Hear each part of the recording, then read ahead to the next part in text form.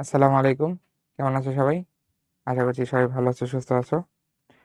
সবাইকে আজকের ICT marathon ক্লাসে স্বাগতম জানাচ্ছি। আশা করছি তোমাদের এন্ড থেকে সাউন্ড ভিডিও সব ঠিকঠাক আছে। ওকে, তোমাদের প্রস্তুতি কেমন চলতেছে বলো তো?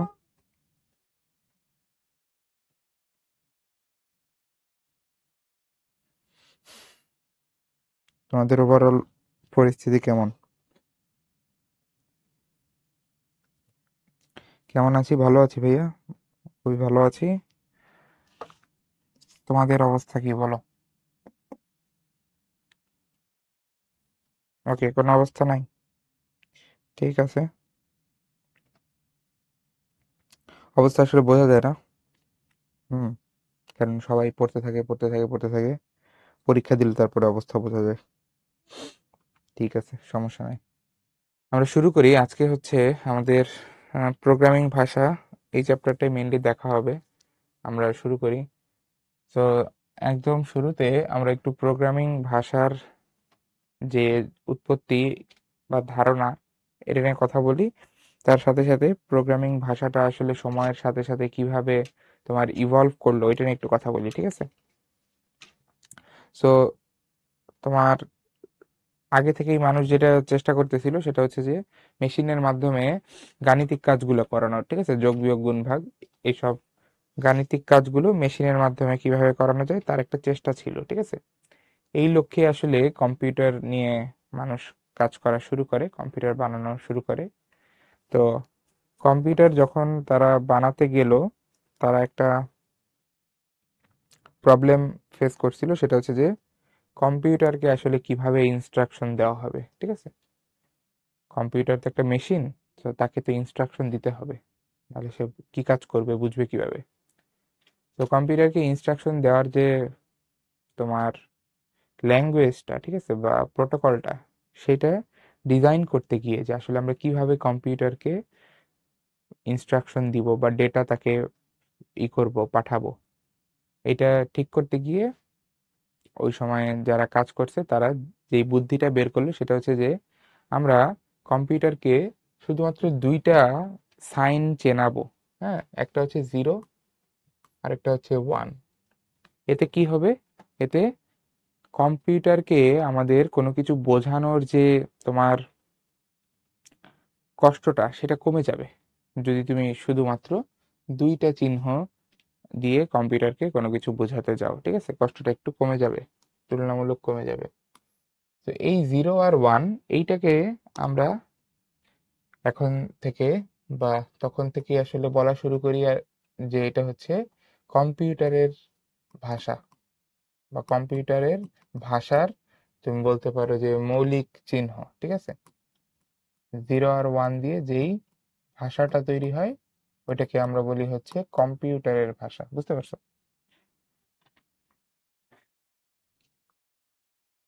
ইয়াসিন বলছো অন্য যে কোনো দুইটা নিল না কেন? আচ্ছা, অন্য যে কোনো দুইটা নিলে বা তোমার ধরো যে আরো বেশি নিলে কি সমস্যা হইতো, ঠিক আছে?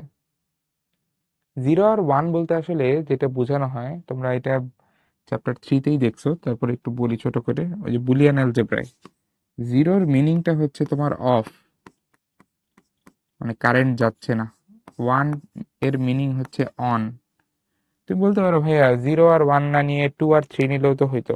হ্যাঁ, হইতো, হইতো, কোনো সমস্যা নেই। বাট তারা এইভাবে চিন্তা করছে যে জিরো মানে হচ্ছে অফ বা ফলস।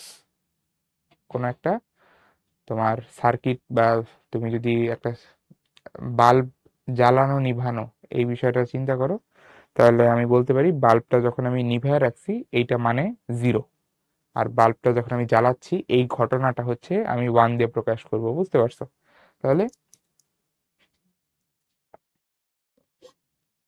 মাহমুদ বলছো বায়োলজি আর ম্যাথ বোথ অ্যান্সার করলে কোনো সমস্যা হবে না? তোমার ম্যাথ তো অ্যান্সার করতেই হবে, বুঝছো মাহমুদ? আর বায়োলজি হচ্ছে তোমার অপশনাল, এটা তুমি চাইলে করতে পারো, না চাইলে তুমি এর পরিবর্তে হচ্ছে বাংলা অথবা ইংলিশ, এই দুইটার যে কোনো একটা থেকে অ্যান্সার করতে পারো। বাট আমার কাছে যেটা মনে হয় আর কি, যে তুমি তো বায়োলজিটাই বেশি ভালো করে পড়ছো, বা পরীক্ষার জন্য হইলেও যতটুকু পড়ার তুমি মনোযোগ দিয়ে পড়ছো বায়োলজি, ঠিক আছে। আর বাংলা ইংলিশ আসলে আমি দেখছি যে খুব বেশি ভালো যদি না পারো তাহলে ওই দিকে না যাওয়াই ভালো। তোমার যদি কনফিডেন্স থাকে যাবা, বাট বুঝে শুনে আর কি। আচ্ছা, তো এই যে এই কারণে আর কি জিরো আর ওয়ান নেওয়া, বুঝতে পারছো? তো একদম শুরুতে মানুষ যখন হচ্ছে কম্পিউটার বানায় তখন তারা কম্পিউটারকে যে ইনস্ট্রাকশন দিত, কম্পিউটারকে ধরো যোগ বিয়োগ করার জন্য যে ইনস্ট্রাকশন দিত, তুমি এখন ক্যালকুলেটর চেপে যেভাবে ইনস্ট্রাকশন দাও, ও তখন মানুষ যেভাবে ইনস্ট্রাকশন দিত সেটা হচ্ছে এই সেটা হচ্ছে জিরো আর ওয়ানের সমন্বয়ে তৈরি একটা বাইনারি সিকোয়েন্স দিয়ে তারা ইনস্ট্রাকশন দিত। মানে কম্পিউটারের কাছে এই জিনিসটার একটা মিনিং আছে।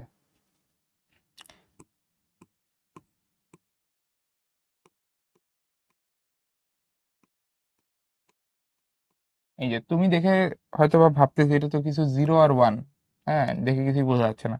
বাট এইটাই যদি আমি কম্পিউটারকে দিই, কম্পিউটার এটা বলবে যে এটা হচ্ছে তার কাছে, মানে কম্পিউটারকে ওইভাবেই সব সেট করে দেওয়া আছে বা শিখায় দেওয়া আছে, কম্পিউটারের কাছে এটা মনে হবে যে তুমি তাকে 2 আর 3 যোগ করতে বলছো। এই যে, হ্যাঁ।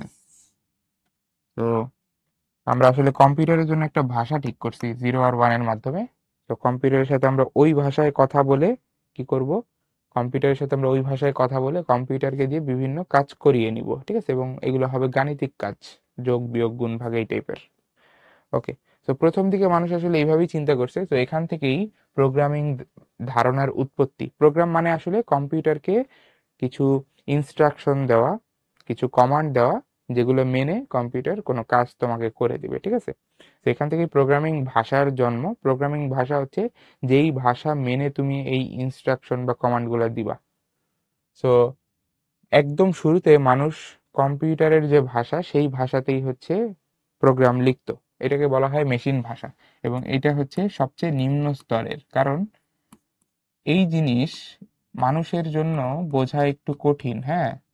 কম্পিউটারের জন্য এটা বোঝা খুবই সহজ, মেশিন ভাষা, কারণ কম্পিউটারকে বানানোই হয়েছে এমন ভাবে যে সে জিরো আর ওয়ান বুঝতে পারে। তো তুমি যখন তাকে জিরো আর ওয়ানের মাধ্যমে কোনো কমান্ড দিবা সেটা সে ইজিলি ক্যাচ করতে পারবে। সো মেশিন ভাষা এটা কম্পিউটারের জন্য বোঝা অনেক সহজ।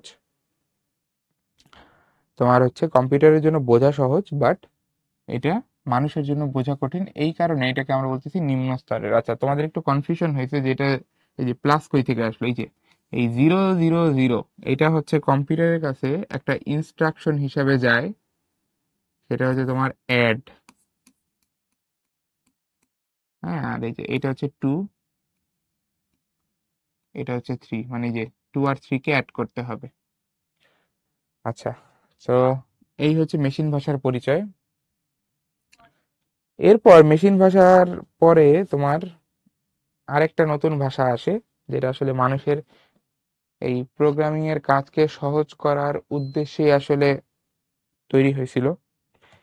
মেশিন ভাষা যেহেতু একটু কঠিন, এই কারণে মানুষ চিন্তা করলো যে অন্য কোনো ভাবে আমরা কোড কোড করতে পারি কিনা বা প্রোগ্রাম লিখতে পারি কিনা। তো সেখান থেকেই মেশিন ভাষার বদলে তোমার নতুন একটা ভাষা আনা হলো, যেটা মেশিন ভাষার চেয়ে ব্যবহার করা একটু সহজ। সেটাকে আমরা বলি হচ্ছে অ্যাসেম্বলি ভাষা। এখানে তোমার কাজটা সহজ কিভাবে, যে আগে যেরকম মেশিন ভাষায় জিরো আর ওয়ান দিয়ে লেখা লাগতো, এখানে জিরো আর ওয়ান দিয়ে লেখা লাগবে না। তুমি কিছু ইউজ করতে পারবা, কিছু ছোট ছোট শব্দ ব্যবহার করতে পারবা, যেগুলোর কম্পিউটারের কাছে একটা নির্দিষ্ট মানে আছে, মানে কম্পিউটার বুঝে আসলে এই শব্দগুলা। কম্পিউটার এগুলাকে জিরো আর ওয়ানে তোমার হচ্ছে কনভার্ট করে নিতে পারে ওই শব্দগুলাকে। যেমন তুমি এই যে এই জিনিসটাই অ্যাসেম্বলি ভাষায় এইভাবে দিতে পারো, অ্যাড 2, 3। তাহলে কম্পিউটার এইটাকে জিরো আর ওয়ানে কনভার্ট করে নিবে। এই যে তুমি কম্পিউটারকে দিবা এই জিনিস, কম্পিউটার এটা কনভার্ট করে এই জায়গায় নিয়ে যাবে, ঠিক আছে। নিয়ে তারপরে সে বুঝতে পারবে যে আসলে তাকে কি করতে বলা হয়েছে। তো এইটা আমাদের জন্য ব্যবহার করা একটু সহজ, তাই না? কারণ এই এতগুলো জিরো আর ওয়ান লেখা লাগতেছে না, আমরা ছোট ছোট কিছু ওয়ার্ড দিয়ে বুঝাই ফেলতেছি যে কি করতে হবে। তো এই কারণে মেশিন ভাষার চেয়ে মানুষ তখন হচ্ছে আগেকার সময় মেশিন ভাষার চেয়ে অ্যাসেম্বলি ভাষা আসার পরে অ্যাসেম্বলি ভাষাটাই বেশি ব্যবহার করা শুরু করে, এটা যেহেতু হচ্ছে তোমার একটু সহজ ছিল। ওকে। এখন অ্যাসেম্বলি ভাষার সমস্যা হচ্ছে যে এটা অনেক স্লো। হ্যাঁ, এটা অনেক স্লো একটা ল্যাঙ্গুয়েজ, ইউজ করা খুব বেশি এফিশিয়েন্ট না। মানে তুমি যদি বড় কোনো ম্যাথ সলভ করতে চাও তাহলে অ্যাসেম্বলি ভাষায় সেটা করতে গেলে অনেক সময় লাগবে। তো এই কারণে অ্যাসেম্বলি ভাষাও মানুষ বেশি দিন ব্যবহার করে নাই, সেখান থেকে আস্তে আস্তে সরে আসছে, সরে গিয়ে মানুষ চলে আসছে হচ্ছে এই যে মধ্যম স্তরের ভাষা। এখানে আমরা যেই উপায়ে হচ্ছে প্রোগ্রাম লিখি বা তোমার কম্পিউটারকে ইনস্ট্রাকশন দেই, সেটা অনেকটা মানুষের ভাষার সমতুল্য। মানে ইংরেজি ভাষায় আমরা কথা বলতে পারি, বুঝতে পারি। তো অনেকটা ইংরেজি ভাষার মতো করেই এই মধ্যম স্তরের ভাষাটা তোমার হচ্ছে ডিজাইন করা হয়েছে। এই ভাষায় আমরা খুব সহজে বুঝে বুঝে তোমার হচ্ছে কোড লিখতে পারি বা প্রোগ্রাম করতে পারি। এই ভাষার একটা উদাহরণ হচ্ছে সি ল্যাঙ্গুয়েজ। আমরা সবাই সি ল্যাঙ্গুয়েজে কোড করছি মোটামুটি, কম বেশি। সো সি ল্যাঙ্গুয়েজ আমরা চিনি। সো এটা হচ্ছে তোমার মধ্যম স্তরের ভাষা। কেননা এটা হচ্ছে অ্যাসেম্বলি ভাষার চেয়ে উন্নতর বা নিম্ন স্তরের ভাষার চেয়ে উন্নতর। হুম।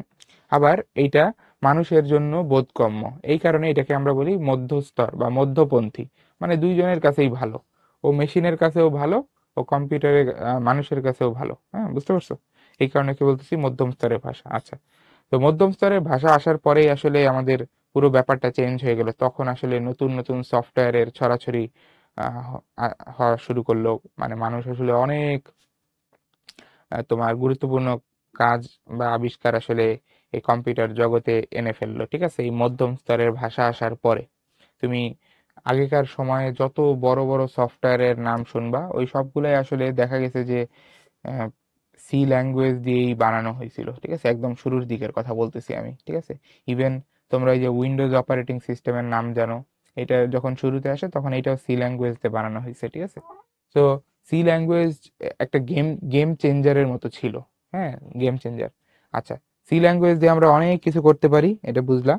এখন সি ল্যাঙ্গুয়েজ ব্যবহার করেই পরবর্তীতে আরো উচ্চ স্তরের ভাষা বানানো হয়েছে, যেগুলো আসলে আমাদের বড় বড় কাজ, বড় বড় প্রজেক্ট এইগুলাকে সহজ করবে। ঠিক আছে, উচ্চ স্তরের ভাষা। তো এই উচ্চ স্তরের ভাষার মধ্যে কি কি আছে আমরা যদি একটু এক্সাম্পল দেই, তোমার C plus plus, Java, Python, এই জিনিসগুলা তোমার কিন্তু ওই মধ্যম স্তরের ভাষা দিয়ে বানানো হয়েছে। বাট এখানে সুবিধা যেটা, যে তুমি বড় বড় কাজ, প্রজেক্ট, একটা গেম বানাবা, একটা ওয়েবসাইট বানাবা, এই কাজগুলো তোমার এই উচ্চ স্তরের ভাষায় সহজে করা যায়। সি ল্যাঙ্গুয়েজ দিয়ে করা যাবে না তা না, বাট সি ল্যাঙ্গুয়েজ দিয়ে তোমার কোড বেশি লিখতে হবে, এখানে কোড কম লেখা যাবে। ঠিক আছে, আচ্ছা, এই হচ্ছে আমাদের বিভিন্ন স্তরের ভাষা। এখন আমরা যে নেক্সটে যেটা দেখবো সেটা হচ্ছে অনুবাদক প্রোগ্রাম। অনুবাদক প্রোগ্রাম বলতে আসলে যেটা বুঝি যে আমাদের উচ্চ স্তরের বা মধ্যম স্তরের ভাষাকে বা অ্যাসেম্বলি ভাষার কথাও যদি বলি, মানে মেশিন ভাষা ব্যতীত অন্য যে সকল ভাষা আছে যেগুলো কম্পিউটার বুঝে না, ওগুলাকে কম্পিউটারকে বোঝানোর জন্য যে রূপান্তরটা করা প্রয়োজন হয়, এটাকে আমরা বলি অনুবাদ, ট্রান্সলেশন। এক ভাষা থেকে আরেক ভাষায় অনুবাদ মানে আলটিমেটলি কম্পিউটারকে দিয়ে কিছু করাইতে চাইলে তোমাকে কিন্তু এই যে এইভাবে কোড লিখলে হবে না। এই যে এইটা কিন্তু একটা উচ্চ স্তরের ভাষায় লেখা কোড। এই যে এইটা এইভাবে কোড লিখলে কম্পিউটার বুঝবে না। বাট আমরা এইভাবেই করতে চাই, কেননা এটা আমাদের জন্য সহজ। তাহলে উপায় কি? উপায় হচ্ছে আমরা এমন একটা ব্যবস্থা বানাবো যেটা হচ্ছে যে আমাদের উচ্চ স্তরের ভাষাকে সে হচ্ছে কি করে ফেলবে, কম্পিউটারের ভাষা মানে এই যে 0 আর 1-এ রূপান্তর করে ফেলবে। তো এই জিনিসটাকে আমরা বলি হচ্ছে তোমার অনুবাদ করা। এবং এইটা হচ্ছে যেই সফটওয়্যারের সাহায্যে করা হয় সেটাকে আমরা বলি হচ্ছে অনুবাদক প্রোগ্রাম। হ্যাঁ, এটা একটা সফটওয়্যার যার সাহায্যে অনুবাদের কাজ করা হয়, এটাকে আমরা বলি অনুবাদক প্রোগ্রাম। এই অনুবাদক প্রোগ্রাম আবার তিন ধরনের হয়। একটা হচ্ছে কম্পাইলার, একটা ইন্টারপ্রেটার, একটা হচ্ছে অ্যাসেম্বলার। ঠিক আছে, কম্পাইলার হচ্ছে তোমার পুরো কোড একসাথে অনুবাদ করে, এইটা হচ্ছে কম্পাইলার বৈশিষ্ট্য। ইন্টারপ্রেটার হচ্ছে লাইন বাই লাইন অনুবাদ করে। ঠিক আছে, বুঝতে পারছো? এইটা হচ্ছে কম্পাইলার, যে হচ্ছে একসাথে পুরো জিনিসটা অনুবাদ করে, আর ইন্টারপ্রেটার হচ্ছে লাইন বাই লাইন অনুবাদ করে। ঠিক আছে, এই কারণে কম্পাইলার হচ্ছে তোমার একটু স্লো হয়ে থাকে। ঠিক আছে, কম্পাইলার তোমার হচ্ছে একটু স্লো, সরি স্লো বলতেছি, এটা ফাস্ট হয়ে থাকে, কারণ সে হচ্ছে পুরো জিনিসটা একবারে করে। আউটপুট দেয়। আর ইন্টারপ্রেটার হচ্ছে একটু স্লো হয়ে থাকে, কারণ যেহেতু লাইন বাই লাইন জিনিসটা করতেছে একটু টাইম লাগে। আর অ্যাসেম্বলার যে আছে না, সে হচ্ছে তোমার অ্যাসেম্বলি ভাষাকে মেশিন ভাষায় রূপান্তর করে। বুঝতে পারছো? অ্যাসেম্বলি ভাষা থেকে মেশিন ভাষা তৈরি করে হচ্ছে অ্যাসেম্বলার। হুম, ওকে। কম্পাইলারের কার উপরে কাজ করে একটা এক্সাম্পল যদি আমি দিই, তোমরা এই যে সি ল্যাঙ্গুয়েজের নাম সবাই জানো। এই সি ল্যাঙ্গুয়েজ যখন হচ্ছে মেশিন ভাষায় রূপান্তর হয়, তখন কিন্তু আমাদের একটা কম্পাইলার লাগে, অর্থাৎ এখানে কম্পাইলার কাজ করে। ইন্টারপ্রেটার কার উপর কাজ করে একটা উদাহরণ যদি দেই, তোমরা পাইথন ল্যাঙ্গুয়েজের নাম তো আশা করি সবাই শুনছো। পাইথন ল্যাঙ্গুয়েজকে যখন আমরা মেশিন ভাষায় রূপান্তর করি, তখন কিন্তু এখানে আমাদের ইন্টারপ্রেটার প্রয়োজন হয়। ঠিক আছে, এটা একটা সফটওয়্যার, এগুলো একটা সফটওয়্যার। আচ্ছা, এখন আমরা হচ্ছে প্রোগ্রামের ভুল নিয়ে আলোচনা করব। মানে আমরা যখন কোড লিখে ফেলবো, তখন কি কি ধরনের ভুল হইতে পারে। হ্যাঁ, এগুলো নিয়ে একটু কথা বলি। আমাদের ভুল তিন ধরনের হইতে পারে। একটা হচ্ছে ব্যাকরণগত ভুল, একটা যৌক্তিক ভুল, আর একটা হচ্ছে নির্বাহজনিত ভুল। ঠিক আছে, ব্যাকরণগত ভুল কি? যে তুমি যখন কোড করবা, তুমি যখন কোন একটা ল্যাঙ্গুয়েজে প্রোগ্রাম লিখবা, তখন ওই ল্যাঙ্গুয়েজের যে ব্যাকরণ বা নিয়ম, ওগুলা যদি তুমি না মেনে চলো, তখন যে ভুল তৈরি হবে এটাকে বলা হয় ব্যাকরণগত ভুল। যেমন আমি যদি একটা এক্সাম্পল দিই, যে ধরো আমরা সি ল্যাঙ্গুয়েজে কোড করতেছি। সি ল্যাঙ্গুয়েজে কোড করার নিয়ম হচ্ছে যে প্রত্যেক লাইনের শেষে একটা সেমিকোলন দিতে হয়। এই যে যে সেমিকোলন দেওয়ার ব্যাপারটা, এটা যদি আমি ভুলে যাই, এটা যদি আমি কোনো কারণে ভুলে যাই, তাহলে যে ভুলটা তৈরি হবে এটাকে আমরা বলবো হচ্ছে ব্যাকরণগত ভুল। এরপরে আছে হচ্ছে তোমার যৌক্তিক ভুল। এটা কখন হইতে পারে? যে তোমার ধরো যে করার কথা ছিল যোগ, তুমি করে ফেলছো বিয়োগ।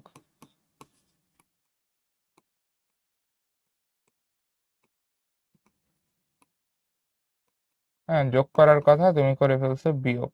তাহলে এই জায়গায় যে ভুলটা হবে এটাকে আমরা বলবো যৌক্তিক ভুল।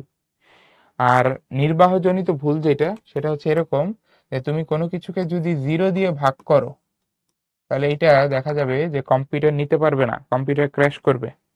তো এই জিনিসটাকে বলা হয় নির্বাহজনিত ভুল। ঠিক আছে, সামথিং ডিভাইডেড বাই 0, মানে যেগুলো আসলে বাস্তবে এই করা যায় না, এক্সিকিউট করা যায় না। এখন আমরা ফ্লো চার্ট আর অ্যালগোরিদম নিয়ে একটু আলাদা করে কথা বলবো। তোমরা একটু দেখো দুইটা জিনিস, খুব ইম্পর্টেন্ট দুইটা কনসেপ্ট। একটা হচ্ছে ফ্লো চার্ট, একটা হচ্ছে অ্যালগোরিদম। ঠিক আছে,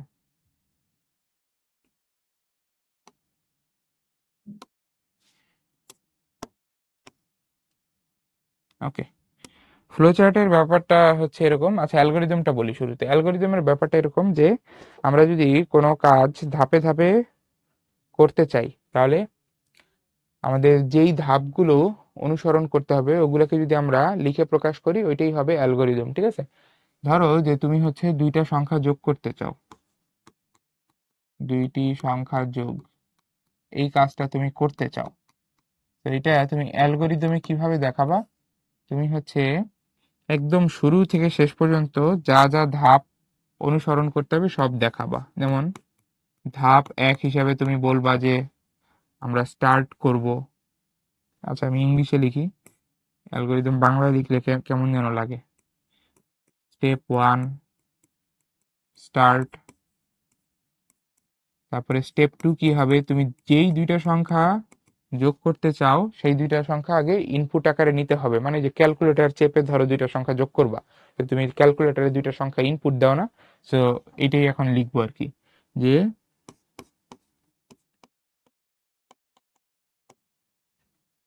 এই যে আমরা দুইটা সংখ্যা নিব এ আর বি নামক ভেরিয়েবলের ভেতরে। হ্যাঁ, সো আমরা দুইটা সংখ্যা ইনপুট নিলাম। এরপরে স্টেপ 3 তে কি করব? এই দুইটা সংখ্যাকে যোগ করব। তো এই যে ধরো যোগ করে আমরা সি নামের একটা ভেরিয়েবলের ভেতরে রাখলাম। তো C equal to A plus B, তাহলে যোগ হইলো। এরপরে হচ্ছে স্টেপ 4-এ কি হবে? আমরা এই যোগফলটা প্রিন্ট করে দিব। So আমরা লিখবো প্রিন্ট সি। আর স্টেপ 5-এ কি হবে? আমাদের কাজ যেহেতু শেষ, আমরা এন্ড করে দিব। এই দেখো, আমরা এই স্টেপগুলো যদি সিরিয়ালি ফলো করি, আমাদের যেই টার্গেটটা ছিল সেই টার্গেটটা কিন্তু ফুলফিল হবে, অর্থাৎ দুটো সংখ্যা যোগ আমরা ইজিলি করতে পারবো। ঠিক আছে, স্টেপগুলো বাংলায় লিখলে হবে, কোনো সমস্যা নাই, বাংলায় লিখতে পারো, হ্যাঁ বাংলায় লিখতে পারবো, কোনো সমস্যা নেই। আর অ্যালগোরিদম তোমার হচ্ছে খুব বেশি আসে না, আসলে ফ্লো চার্ট দেয় অনেক জায়গায়, ঠিক আছে। রিটেন তো বললামই যে খুলনা ইউনিভার্সিটিতে খালি রিটেন আছে, আর বাকি জায়গায় তো রিটেন নাই। ওকে, আচ্ছা, এই অ্যালগোরিদমটাকে আমি যদি একটু চিত্রের মাধ্যমে প্রকাশ করি, তখন সেই উপস্থাপনা যেটা আমি তোমাদেরকে দেখাতে পারবো ওইটাকে বলা হবে ফ্লোচার্ট। অর্থাৎ ফ্লোচার্টটা হচ্ছে তোমার অ্যালগোরিদমকেই চিত্রের মাধ্যমে একটু ভিন্ন উপায়ে উপস্থাপন করা, ঠিক আছে। আমি ধরো এই দুইটা সংখ্যা যোগের এই ব্যাপারটাই এখন ফ্লোচার্টের মাধ্যমে দেখাবো, তাহলে কি করতে হবে, আমাকে এই ধাপগুলোই দেখাইতে হবে, বাট চিত্রের মাধ্যমে, ঠিক আছে। যেমন আমি যখন এই যে স্টার্ট করব কোন একটা কাজ, যখন আমি স্টার্ট করব, হ্যাপি বলছে সাম আর এস হবে না, তুমি এটা ভেরিয়েবলের নাম যা দাও ওটা সমস্যা নেই। আচ্ছা, আমি যখন কোন একটা কাজ স্টার্ট করব, এটা বুঝাবো হচ্ছে এইভাবে, এই যে একটা গোল্লা ডিমের ভেতরে স্টার্ট মানে হচ্ছে এটা শুরু। এরপর আমি অ্যারো দিয়ে বুঝাবো যে স্টার্ট করার পরে আমি পরের ধাপে চলে যাচ্ছি। এরপর ইনপুট নেওয়ার জন্য হচ্ছে আমরা এরকম একটা সামান্তরিক চিহ্ন দিই, এটার মানে হচ্ছে আমরা ইনপুট নিয়ে রাখতেছি, ঠিক আছে। এরপরে আমরা তৃতীয় ধাপে হচ্ছে একটা কাজ করব, এই কাজ বা প্রসেস বোঝানোর জন্য আমরা একটা আয়ত আঁকি, আয়ত এঁকে তার ভেতরে আমরা কোনো কাজ করি। তারপরের ধাপে আমরা আবার প্রিন্ট করব, প্রিন্ট করার জন্য বা ইনপুট নেওয়ার জন্য, অর্থাৎ ইনপুট আউটপুটের জন্য আমরা সবসময় সামান্তরিক চিহ্ন ইউজ করি। হ্যাঁ, এই সিতে যে যোগফলটা আছে এটা প্রিন্ট করে দিলাম। তারপরের ধাপে হচ্ছে আমরা কাজ শেষ করে দিব, সো এন্ড, ঠিক আছে। আরো কিছু সিম্বল আছে, এগুলো একটু লিখে দিই যদি কখনো কাজে লাগে তোমাদের। তোমার আরো সিম্বলের মধ্যে এই যে এইটা অনেক সময় লাগে, সেটা হচ্ছে এই যে একটা ডায়মন্ড সিম্বল, এটা হচ্ছে সিদ্ধান্ত নেওয়ার কাজে, ডিসিশন নেওয়ার কাজে ব্যবহার করা হয়, ঠিক আছে। সিদ্ধান্ত নেওয়ার কাজে আমরা এই ডায়মন্ড সিম্বলটা ইউজ করি, বুঝতে পারছো। আর হচ্ছে তোমার একাধিক একাধিক ধাপ বা একাধিক তোমার হচ্ছে অ্যারোকে যুক্ত করার জন্য আমরা এই যে একটা গোল্লা ব্যবহার করি, এটা হচ্ছে সংযোগ। সংযোগের জন্য ব্যবহার করা, এই তো। তো মোটামুটি এই হচ্ছে ফ্লো চার্ট আর অ্যালগরিদম। একটা এক্সাম্পল এখানে দেখানো আছে যে একটা সংখ্যা ধনাত্মক না ঋণাত্মক, এটা আমরা কিভাবে বের করতে পারি, তার জন্য অ্যালগরিদম ফ্লোচার্ট। সো ফ্লোচার্ট আর অ্যালগরিদম একদম সেম, বুঝতে পারছো। এটা আসলে তুমি একটা করতে পারলে আরেকটা অটোমেটিক করতে পারবা, সো এখানে একটাই দেখানো আছে, সো তুমি অ্যালগরিদমটাও বুঝে যাবা। দেখো একদম শুরুতে স্টার্ট করছে গোল্লার ভিতরে, তারপরে হচ্ছে ইনপুট নিয়ে রাখতেছে এর ভেতরে, এই কারণে সামান্তরিক। এরপরে আমরা এর ভেতরে যে সংখ্যাটা আছে তার মান জিরোর চেয়ে বড় কিনা বা জিরোর সমান কিনা এই জিনিসটা চেক করতেছি। যদি হয়, যদি জিরোর চেয়ে বড় বা সমান হয় তাহলে আমরা কি প্রিন্ট করব, কি আউটপুট দিব, পজিটিভ। আর যদি না হয় তাহলে আমরা কি আউটপুট দিব, নেগেটিভ। এন্ড ফাইনালি এই দুইটার যে কোনো একটা হইতে পারে, হ্যাঁ এই দুইটার যে কোনো একটা হইতে পারে। তো এই যে দুইটা পথ এই জায়গায় এসে যুক্ত হবে, এন্ড ফাইনালি আমি এন্ড করে দিব একটা গোল্লার ভিতরে, ঠিক আছে। তাহলে এই হচ্ছে আমাদের ফ্লোচার্ট। ওকে, সো আমরা সি প্রোগ্রামিং এখন শুরু করব, ঠিক আছে। সি প্রোগ্রামিং এর ধারণাটা হচ্ছে এরকম যে এটা একটা মধ্যম স্তরের ভাষা। এর আরো কিছু বৈশিষ্ট্য হচ্ছে যে এটা স্ট্রাকচার্ড, মানে এখানে আমরা যে কোড লিখি, এই কোডগুলো হচ্ছে তোমার, এখানে আমরা যে কোড লিখি এই কোডগুলো হচ্ছে আমরা ভাগ ভাগ করে লিখি বিভিন্ন ফাংশনে, এই কারণে এটাকে বলা হয় স্ট্রাকচার্ড। মানে তুমি ধরো যোগ করবা, যোগের কাজটা করার জন্য তুমি একটা ফাংশন বানাবা, ঠিক আছে। আমরা ফাংশন লিখে লিখে কাজ করি, ফাংশন লিখে আমরা হচ্ছে আমাদের কাজ করি, এই কারণে এটাকে বলা হচ্ছে স্ট্রাকচার্ড। মানে প্রত্যেকটা কাজের জন্য আলাদা আলাদা ফাংশন আছে, হ্যাঁ গোছানো, স্ট্রাকচার্ড মানে অনেক গোছানো। এরপরে বলা হচ্ছে সি প্রোগ্রামিং ভাষার একটা বৈশিষ্ট্য হচ্ছে যে এটা কেস সেন্সিটিভ, মানে সি প্রোগ্রামিং ভাষায় বড় হাতের অক্ষর আর ছোট হাতের অক্ষর সেম না, ডিফারেন্ট। তো তুমি যদি একটা ভেরিয়েবল এইভাবে লেখো, হ্যাঁ, সি প্রোগ্রামিং ল্যাঙ্গুয়েজে তুমি যদি একটা ভেরিয়েবল এইভাবে লেখো যে ধরো ইন্ট ইন্ট সাম, এই যে এসটা বড় হাতে দিছো, হ্যাঁ, আর তুমি যদি এই একই ভেরিয়েবলে এস কে ছোট হাতের দিয়ে লিখতা, তখন এই যে দুইটা লাইন তুমি লিখলা, এই দুইটা লাইন কিন্তু ডিফারেন্ট, এই দুইটা লাইন কিন্তু ভিন্ন। কেননা এই যে এস এক জায়গায় বড় হাতের, এক জায়গায় ছোট হাতের, বুঝতে পারছো? তো সি প্রোগ্রামিং ভাষাটা হচ্ছে কেস সেন্সিটিভ, মানে বড় ছোট ম্যাটার করে, ঠিক আছে? তোমার কাছে ম্যাটার করে না, বাট ওইটা এখানে সি প্রোগ্রামিং ল্যাঙ্গুয়েজের কাছে ম্যাটার করে। আচ্ছা, সি প্রোগ্রামিং ভাষায় আমরা যখন কোড লিখবো, আমাদের তোমার হচ্ছে ফাংশন ইউজ করতে হবে, বিভিন্ন ফাংশন, যেগুলোর প্রত্যেকটার তোমার হচ্ছে নির্দিষ্ট কাজ আছে। সো আমরা ফ্লো চার্ট অ্যালগোরিদম করার সময় যেরকম দেখছি যে আমাদের ইনপুট নিতে হয়, আউটপুট দিতে হয়, ঠিক আছে? তো এই কাজগুলা যখন আমরা কোডিং করে করব বা আমরা প্রোগ্রাম লিখে করব, তখন আসলে আমাদের কিভাবে কাজগুলো করতে হবে, তার জন্য আছে হচ্ছে কিছু ফাংশন। এই ফাংশন দিয়ে আমাদের কাজগুলো করতে হবে, ইনপুট নেওয়া, আউটপুট দেওয়া, ঠিক আছে? এছাড়া আরো বিভিন্ন কাজে ফাংশন আছে। তো এই ফাংশনগুলো আসলে তোমার কিভাবে তৈরি করা হয়েছে, এগুলো কোড লিখেই তৈরি করা হয়েছে, ঠিক আছে? এই ফাংশনগুলো, এগুলো কোড লিখেই তৈরি করা হয়েছে। বাট ফ্যাক্ট হচ্ছে যে এখানে তোমার এই ফাংশনগুলোর জন্য যে কোড লেখা হয়েছে, এটা তোমার দায়িত্ব না লেখা। এটা আগে থেকে তৈরি করে রাখা হয়েছে এইভাবে, এবং এগুলাকে একটা ফাইলের মধ্যে রাখা আছে। এগুলোকে আমরা বলি হেডার ফাইল। অর্থাৎ আমাদের সি প্রোগ্রামিং ল্যাঙ্গুয়েজে কিছু বানানো ফাংশন আমাদেরকে দিয়ে দেয়, মানে যেগুলা আমাদের বানানো লাগে না, আমরা খালি ইউজ করি, আমরা খালি ব্যবহার করি। ওই ফাংশনগুলো যেই ফাইলের মধ্যে থাকে, ওই ওই ফাইলকে আমরা বলি হেডার ফাইল, ঠিক আছে? তো এইখানে তোমাদের টেবিলের মধ্যে অনেকগুলো হেডার ফাইল, এবং ওই হেডার ফাইলের ভেতরে যেই যেই ফাংশনগুলো আছে ওগুলো লেখা আছে, ঠিক আছে? খেয়াল করো, সবচেয়ে বেশি তোমরা যেটা ব্যবহার করবা বা করছো সেটা হচ্ছে এই যে এই দুইটা, প্রিন্টএফ আর হচ্ছে স্ক্যানএফ ফাংশন। এই প্রিন্টএফ স্ক্যানএফ ফাংশনের কাজ হচ্ছে, প্রিন্টএফ দিয়ে হচ্ছে আমরা আউটপুট দেই, অর্থাৎ এই ফাংশনের ভেতরে তুমি যা লিখবা ওইটাই মনিটরে দেখতে পাবা আউটপুট। আর স্ক্যানএফ ফাংশনের কাজ হচ্ছে ইনপুট নেওয়া, অর্থাৎ তুমি যদি ইউজারের কাছ থেকে কোনো সংখ্যা ইনপুট নিতে চাও, ঠিক আছে, বা কোনো সেন্টেন্স যদি ইনপুট নিতে চাও, তাহলে এইটা তুমি স্ক্যানএফ দিয়ে নিতে পারবা, ঠিক আছে?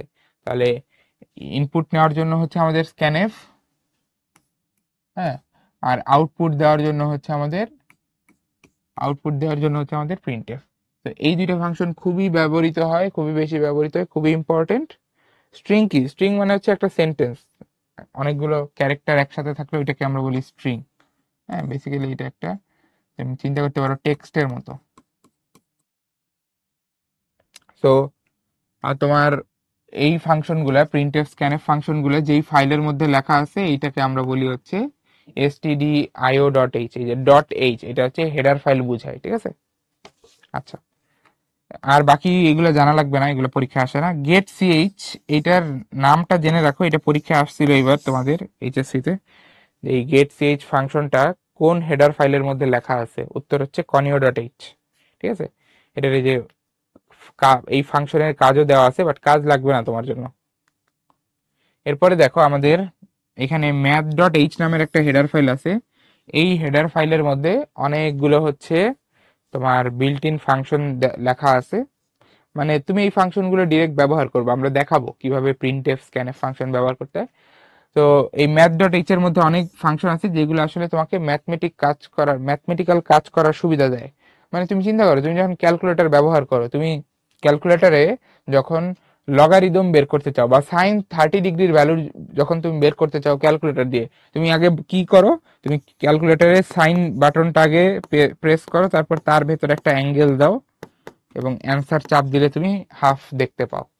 তো এই যে তুমি যে সাইন বাটনটা চাপ দিয়ে সাইন ফাংশনটা অ্যাক্টিভেট করতেছো ক্যালকুলেটরে, এরকম একটা কাজ আমরা সি প্রোগ্রামিংও করতে পারি। সি প্রোগ্রামে তার বাটন টাটন নাই, সি প্রোগ্রামিং তোমাকে লিখতে হবে, তুমি যাই করতে চাও লিখে করতে হবে। তো সি প্রোগ্রামিং এই যে সাইন ফাংশন আনার কাজটা আমরা হচ্ছে যে সাইন ফাংশন লিখে করব, ঠিক আছে।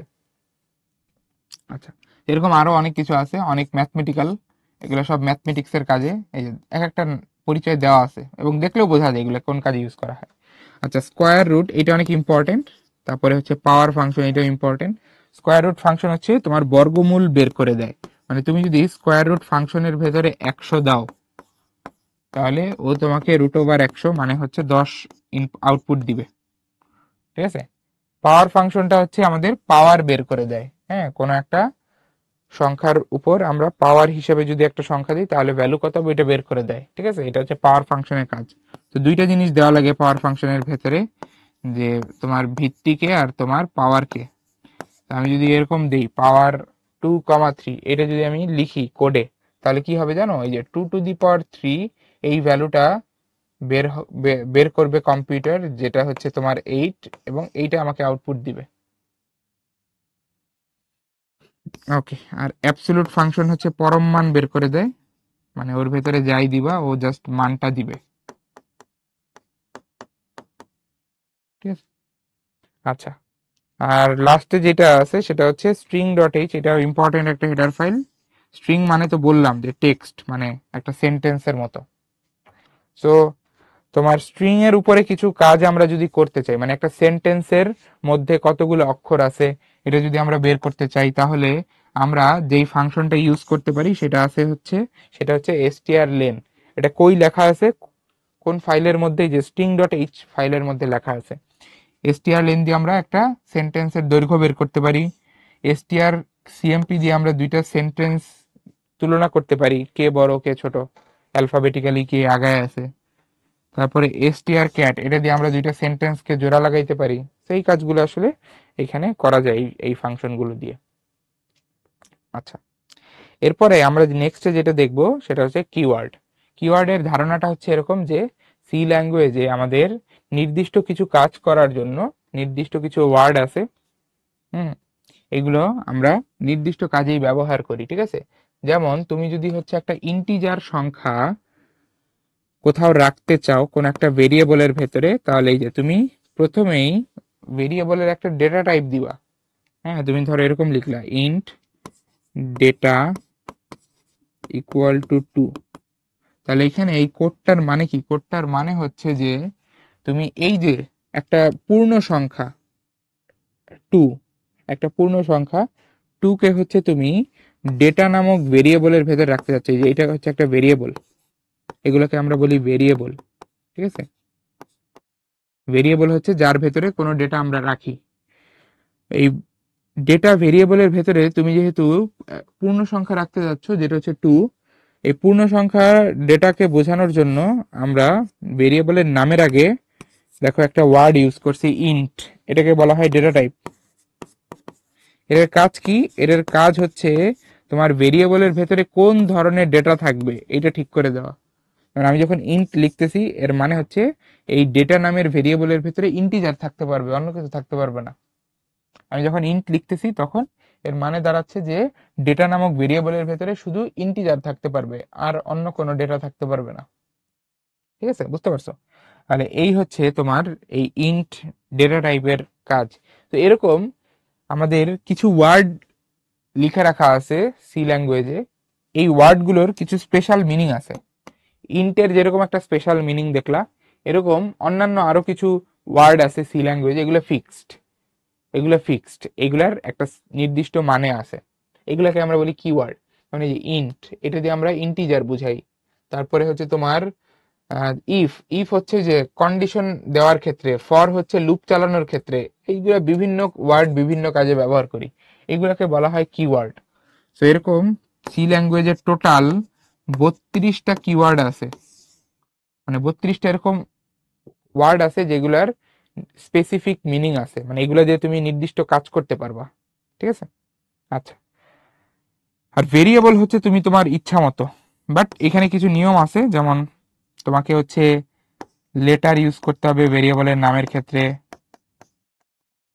এর পাশাপাশি তুমি ডিজিট ইউজ করতে পারবা, আর আরেকটা এক্সট্রা জিনিস হচ্ছে আন্ডারস্কোর ইউজ করা যায়। আর আরেকটা গুরুত্বপূর্ণ নিয়ম হচ্ছে ভেরিয়েবল বানানোর ক্ষেত্রে বা ভেরিয়েবলের নাম দেওয়ার ক্ষেত্রে, যে তুমি নাম্বার দিয়ে ডিজিট দিয়ে শুরু করতে পারবা না। ভেরিয়েবলের নাম ডিজিট দিয়ে স্টার্ট করা যাবে না ভেরিয়েবলের নাম, ঠিক আছে?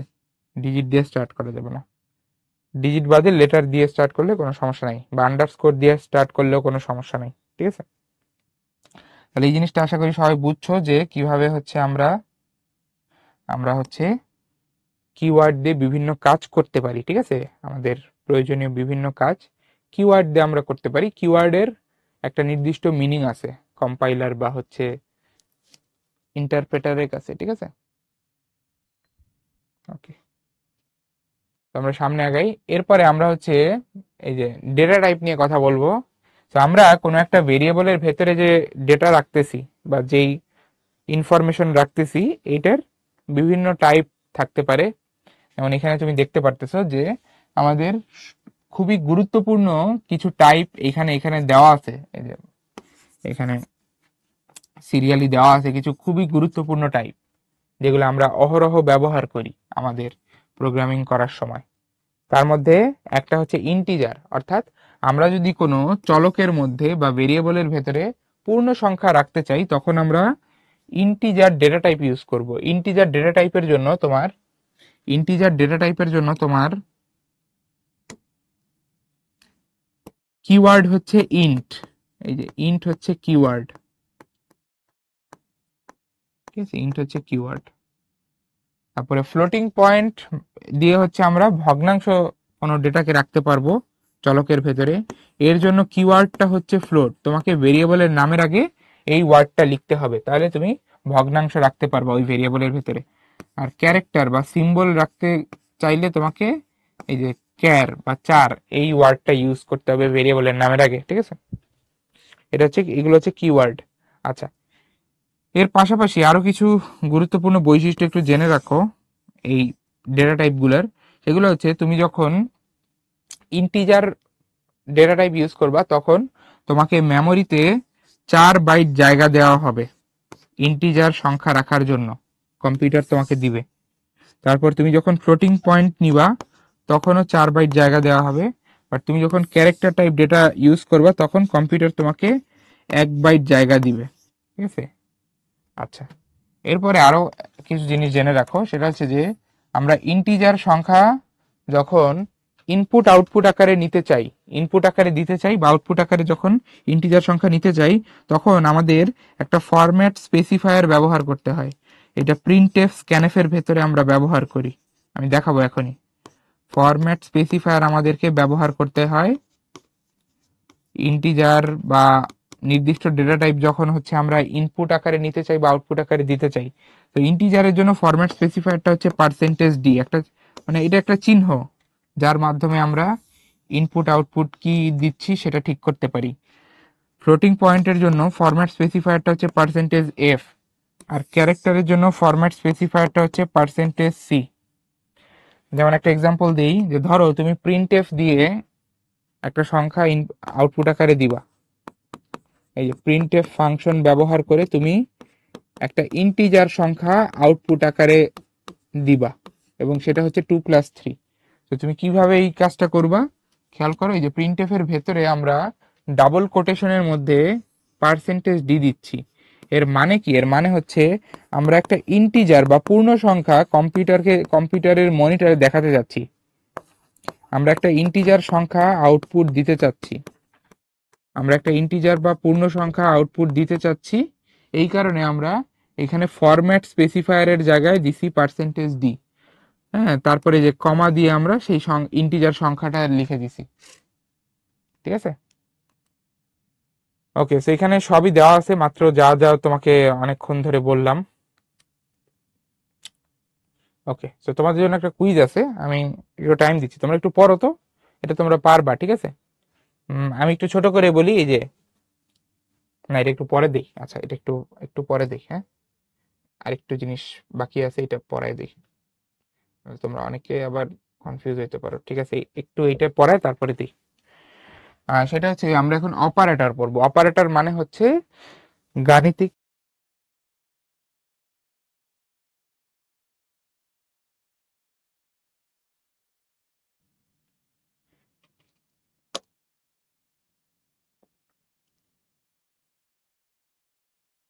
করিম বলছো কেউ তো ফুল সিলেবাসে এক্সাম হবে, ফুল সিলেবাস সম্পর্কে বেশি কিছু জানি না। ফুল সিলেবাস থেকে ধরো যে খুব বেশি আসবে না, পার্সেন্টেজ যদি করো 10% হাইয়েস্ট। মানে ফুল সিলেবাস তো তোমার পক্ষে এই 2 মাসে পড়া সম্ভব না, তাই না? এটা স্যাররাও জানে, স্যাররাও বুঝে। তো ফুল সিলেবাস থেকে যে কোশ্চেন গুলো হয়, মানে এটা তো ধরো নতুন না। এই শর্ট সিলেবাস চালু হওয়ার পর থেকে বিভিন্ন ইউনিভার্সিটিতে প্লাস মেডিকেলে ফুল সিলেবাস থেকে কোশ্চেন হয়, বাট ফুল সিলেবাস থেকে যে কোশ্চেন গুলো হয় মানে কোয়ান্টিটি এটা খুবই কম। কারণ স্যাররা জানে যে তুমি ইন্টারে পড়ো নাই ফুল সিলেবাস, এখন তুমি 3 মাসে একেবারে সব পড়ে উদ্ধার করে ফেলবো, এটা সম্ভব না, এটা প্র্যাকটিক্যাল না। তো ওইভাবেই কোশ্চেন হয়, মানে ধরো যে খুবই অল্প পরিমাণে। তো আমার কথা হচ্ছে যে তুমি যেগুলো আগে ভালো করে পড়ছো ওইগুলাই আগে বেশি করে প্র্যাকটিস করো, ওইগুলোর উপরেই তুমি মার্কস নিশ্চিত করো। তারপর ফুল সিলেবাস থেকে ছোটখাটো যা দেখা দরকার যতটুকু সম্ভব ততটুকু কোশ্চেন সলভ করে টোরে একটু মানে একটা আইডিয়া নিয়ে যাও আর কি। ঠিক আছে, বাট না পারলে অত দুঃখ পাওয়ার কিছু নেই, কারণ ওইটা ম্যাক্সিমামই পারবে না। ওকে, এখন আমরা দেখবো অপারেটর। অপারেটরের কাজ হচ্ছে যে তোমাকে বিভিন্ন গাণিতিক বা যৌক্তিক কাজ সম্পন্ন করতে সাহায্য করা। ঠিক আছে, যেমন ধরো তুমি 2 আর 3 যোগ করবা, সি প্রোগ্রামিং এর সাহায্যেই তুমি 2 আর 3 যোগ করতে চাও, তাহলে তোমাকে এই যে 2 আর 3 এই দুইটা পূর্ণ সংখ্যার মাঝে একটা এরকম চিহ্ন ব্যবহার করতে হবে। এই চিহ্নটা বোঝাবে যে তুমি যোগ করতে চাও। তো এই যে যে চিহ্নটা আমরা ব্যবহার করতেছি এইটাই আসলে অপারেটর। এরকম কি কি অপারেটর আছে এখানে দেখো। আমরা অপারেটরকে 3 ভাগে ভাগ করি, হ্যাঁ 3 ভাগে ভাগ করি। একটাকে বলা হয় ইউনারি, একটা বাইনারি, একটা টার্নারি। এই ভাগটা আসলে কি কিসের উপর ভিত্তি করে করছে, যে তোমার অপারেটর কয়টা সংখ্যার উপরে কাজ করতেছে, হ্যাঁ তার উপর ভাগ করে, তার উপর তোমার ই করে বেস করে 3 ভাগে ভাগ করা হয়েছে। ইউনারি অপারেটর যেটা আছে সেটা হচ্ছে একটা মাত্র সংখ্যার উপরে কাজ করে। ঠিক আছে, এটার এই যে টাইপ গুলো দেওয়া আছে, আমি প্রত্যেকটাই দেখাই।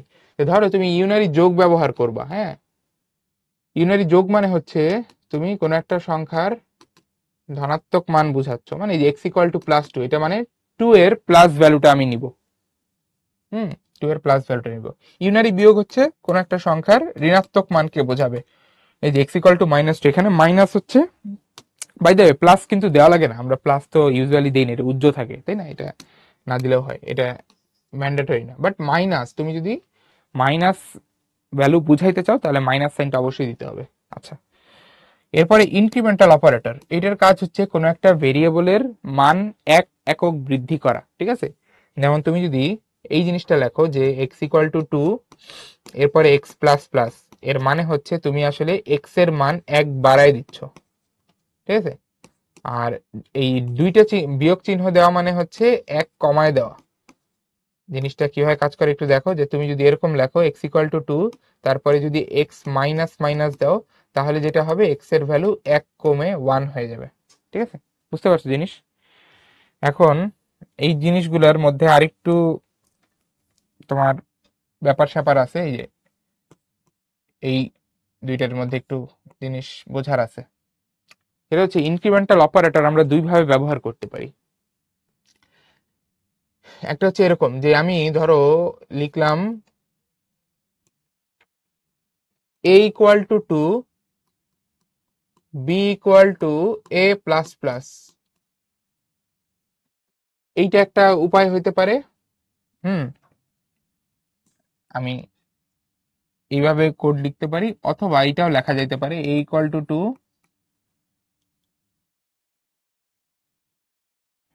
আমি লিখতে পারি a = 2, তোমার b = ++a। হ্যাঁ, দুইটাই ঠিক আছে। এখন এই দুইটার মধ্যে কি কোনো পার্থক্য আছে কিনা? হ্যাঁ পার্থক্য আছে, নাহলে তো দুইটা আলাদা করে দেখাইতাম না।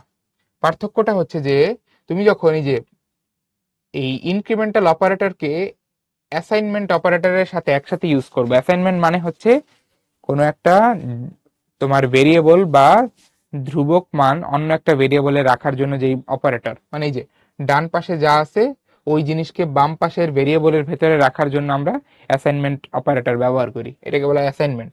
মানে ডান পাশে যা আছে ওইটাকে ধরে বাম পাশে রাখবা। আচ্ছা, ডান পাশে কি আছে? এ প্লাস প্লাস। এ প্লাস প্লাস এর মানে কি? এ প্লাস প্লাস এর মানে হচ্ছে এর ভেতরে যা আছে সেটাকে এক বাড়াই দিবা, তাই তো? বাট না, এই জায়গাতেই একটু ঝামেলা। তুমি যখন অ্যাসাইনমেন্ট আর এই প্লাস প্লাস একসাথে ইউজ করবা, তখন প্লাস প্লাস তুমি কিভাবে ইউজ করছো, এই যে তোমার ভেরিয়েবলের আগে না পরে, এইটা আসলে ম্যাটার করবে। তুমি যদি ভেরিয়েবলের পরে প্লাস প্লাস দাও, তাহলে যেটা হবে, ভেরিয়েবলের ভ্যালু আগে অ্যাসাইন হবে, পরে বাড়বে। অর্থাৎ তোমার এইখানে যেই ঘটনাটা ঘটবে সেটা হচ্ছে যে বি এর মধ্যে আগে এর ভ্যালুটা আসবে, তারপরে এর ভ্যালু এক বেড়ে 2 থেকে 3 হবে। আমার কথা বুঝতে পারছো? এইটাকে বলা হয় তোমার পোস্ট ফিক্স, মানে আগে রাখবো পরে বাড়াবো, আগে রাখবো পরে বাড়াবো। হ্যাঁ, কিন্তু নিচেরটা আবার অন্যরকম ঘটনা ঘটবে। এইখানে এই যে বি এর ভেতরে রাখতেছো প্লাস প্লাসে, মানে আগে বাড়াবো তারপরে তুমি তারপরে রাখবো। তাহলে এই যে বি এর ভ্যালু আগে, সরি এর ভ্যালু আগে, যেহেতু প্লাস প্লাস আগে দিছি, প্লাস প্লাস যেহেতু আমরা আগে দিছি এইখানে ভেরিয়েবলের, এই কারণে এর ভ্যালু আগে বাড়বে। এই যে 2 থেকে 1 বেড়ে আগে 3 হবে, তারপর ওইটাকে আমরা বি এর ভেতরে রাখবো। তো এই যে বি এর ভেতরে 3 চলে আসবে। তো এইটাকে আমরা বলি হচ্ছে প্রিফিক্স, মানে আগে বাড়াবো তারপরে রাখবো। তাহলে মনে রাখবা, আমাদের এই ইনক্রিমেন্টাল অপারেটর দুই ভাবে ইউজ করা যেতে পারে, ভেরিয়েবলের আগে বা পরে। এটা পার্থক্য তৈরি করবে যখন তুমি ইনক্রিমেন্টাল অপারেটর আর অ্যাসাইনমেন্ট অপারেটর একসাথে ব্যবহার করবা। বুঝতে পারছো? ওকে, তো আমরা ইউনারি অপারেটর গুলো দেখলাম। এখন আসি আমরা বাইনারি অপারেটর, অর্থাৎ যেই সকল অপারেটর দুইটা সংখ্যার উপরে কাজ করে। বাইনারির মধ্যে আছে হচ্ছে তোমার অ্যারিথমেটিক। অ্যারিথমেটিক কি কি আছে? যোগ, বিয়োগ, গুণ, ভাগ। এই যে এটা হচ্ছে গুণ, এটা ভাগ, এটা হচ্ছে ভাগশেষ। ভাগশেষটা একটু দেখাই। তুমি যদি এইটা লেখো যে 3%2, এটা আসলে পার্সেন্টেজ না, এটা বোঝায় তুমি 3কে 2 দিয়ে ভাগ দিয়ে ভাগশেষ বের করবা। এই যে 3 mod 2, এটাকে আমরা বলি মড, মানে ভাগশেষ নেওয়া। এটা হচ্ছে ভাগ, এটা হচ্ছে ভাগ করা, আর এটা হচ্ছে ভাগশেষ নেওয়া, আর এটা হচ্ছে গুণ করা, আর বাকিটা তো বুঝতেই পারতেছো, যোগ বিয়োগ। তাহলে এই অপারেটর গুলো দিয়ে আমরা এই কাজগুলো করতে পারি। এরপরে আছে রিলেশনাল, দুইটা সংখ্যার মধ্যে কে বড় কে ছোট এটা বের করার জন্য এই অপারেটর গুলো। এই লাস্টের দুইটা দেখো, এটা মানে হচ্ছে সমান কিনা, দুইটা সংখ্যা সমান কিনা এটা আমরা যাচাই করি। আর লাস্টেরটা হচ্ছে দুইটা সংখ্যা ভিন্ন কিনা সেটা আমরা যাচাই করি। ঠিক আছে, এগুলো যে ইফ কন্ডিশনের ভেতরে আমাদের অনেক লেখা লাগবে। যেরকম তুমি যদি এরকম লেখো যে if A equal equal B, এর মানে হচ্ছে এ বি এর সমান কিনা এটা চেক করতেছো। ধরো এর মধ্যে রাখছো তুমি 2, বি এর মধ্যে, এর মধ্যে ধরো তুমি রাখছো 2, বি এর মধ্যে তুমি রাখছো হচ্ছে 2। এরকম যদি হয় তাহলে এটা সমান, এ আর বি সমান, সো এটা ট্রু।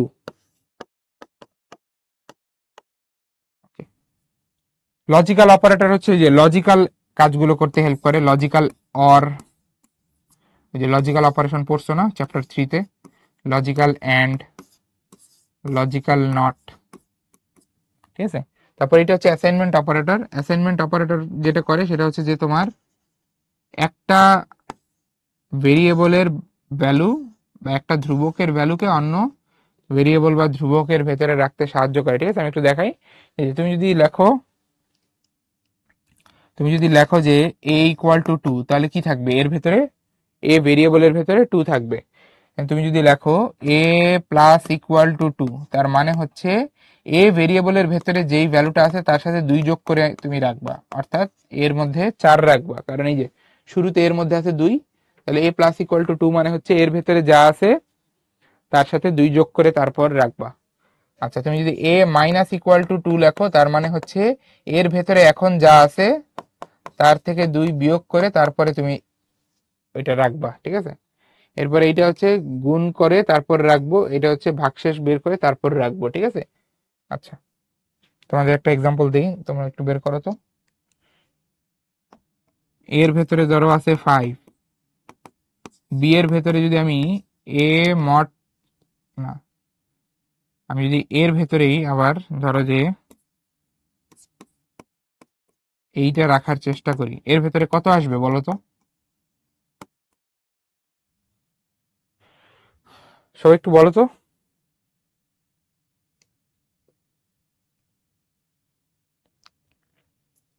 এখানে কত পাবো আমরা?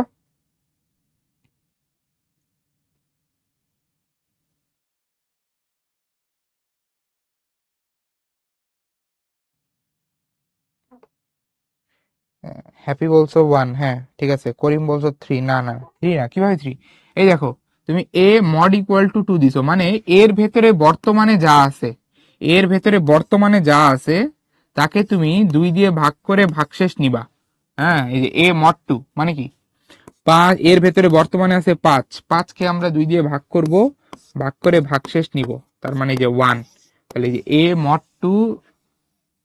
মড 2 ইকুয়াল টু 2 মানে হচ্ছে এ কে 2 দিয়ে ভাগ করে ভাগশেষ বের করব, ওইটা আমরা এর ভেতরে রাখবো। এই যে এই জিনিসটা কিন্তু, এই লাইনটা কিন্তু এটাই মিন করে, ঠিক আছে? হ্যাঁ ঠিক আছে। আচ্ছা, আর বিটওয়াইজ অপারেটর হচ্ছে বিটওয়াইজ কিছু অপারেশন করে, এগুলো অত ইম্পর্টেন্ট না, যাতে দেখে রাখো। আর টার্নারি অপারেটর হচ্ছে 3টা অপারেটরের উপরে কাজ, 3টা সংখ্যার উপরে কাজ করে, ঠিক আছে? এই লাস্টের 2টা তো জানা লাগবে না, ঠিক আছে? উপরের গুলো বুঝলেই হবে। ওকে, তো এই পর্যন্ত আশা করি তোমরা বুঝছো।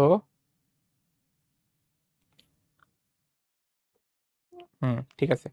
তো আমাদের ফার্স্ট কুইজ এটা, তোমরা একটু সবাই মনোযোগ দিয়ে, তোমরা সবাই একটু মনোযোগ দিয়ে হচ্ছে এই কোশ্চেনটা হচ্ছে পড়ো, আমি পোলটা লঞ্চ করে দিচ্ছি।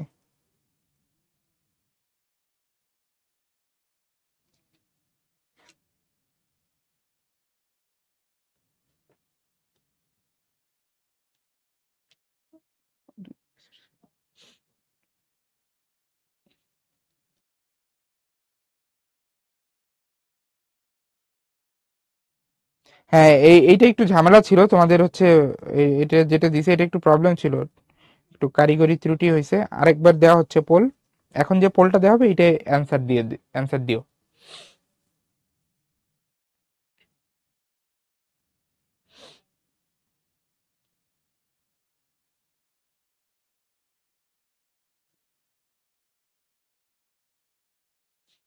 ঠিক আছে, এখন দাও, হ্যাঁ এখন অ্যান্সার দাও, এই পোলে তোমরা তোমাদের অ্যান্সারটা জানাও।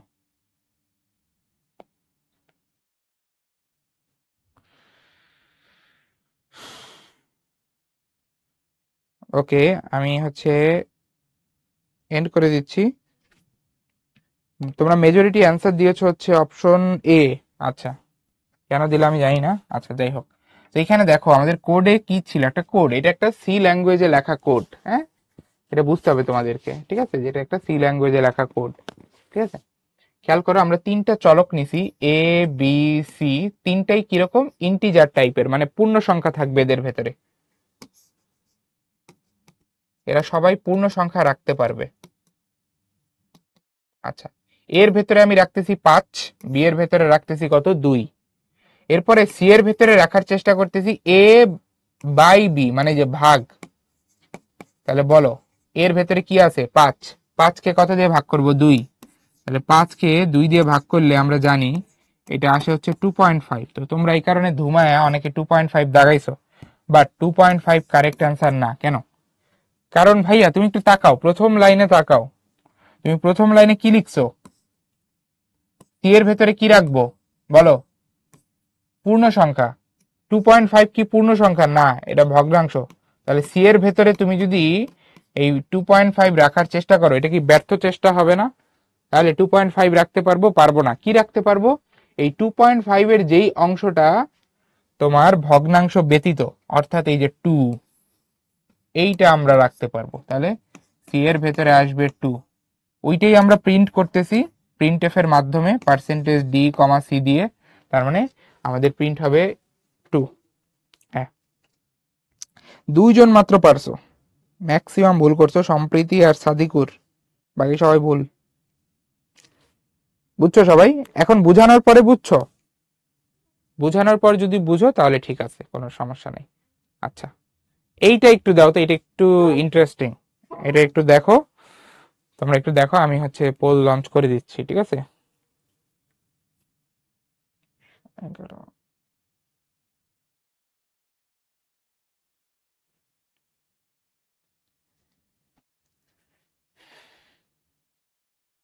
করিম বলছো লাস্টে প্রিন্টএফ পার্সেন্টেজ ডি মানে কি? এটা বললাম তো করিম, তুমি কই ছিলা? Format specifier.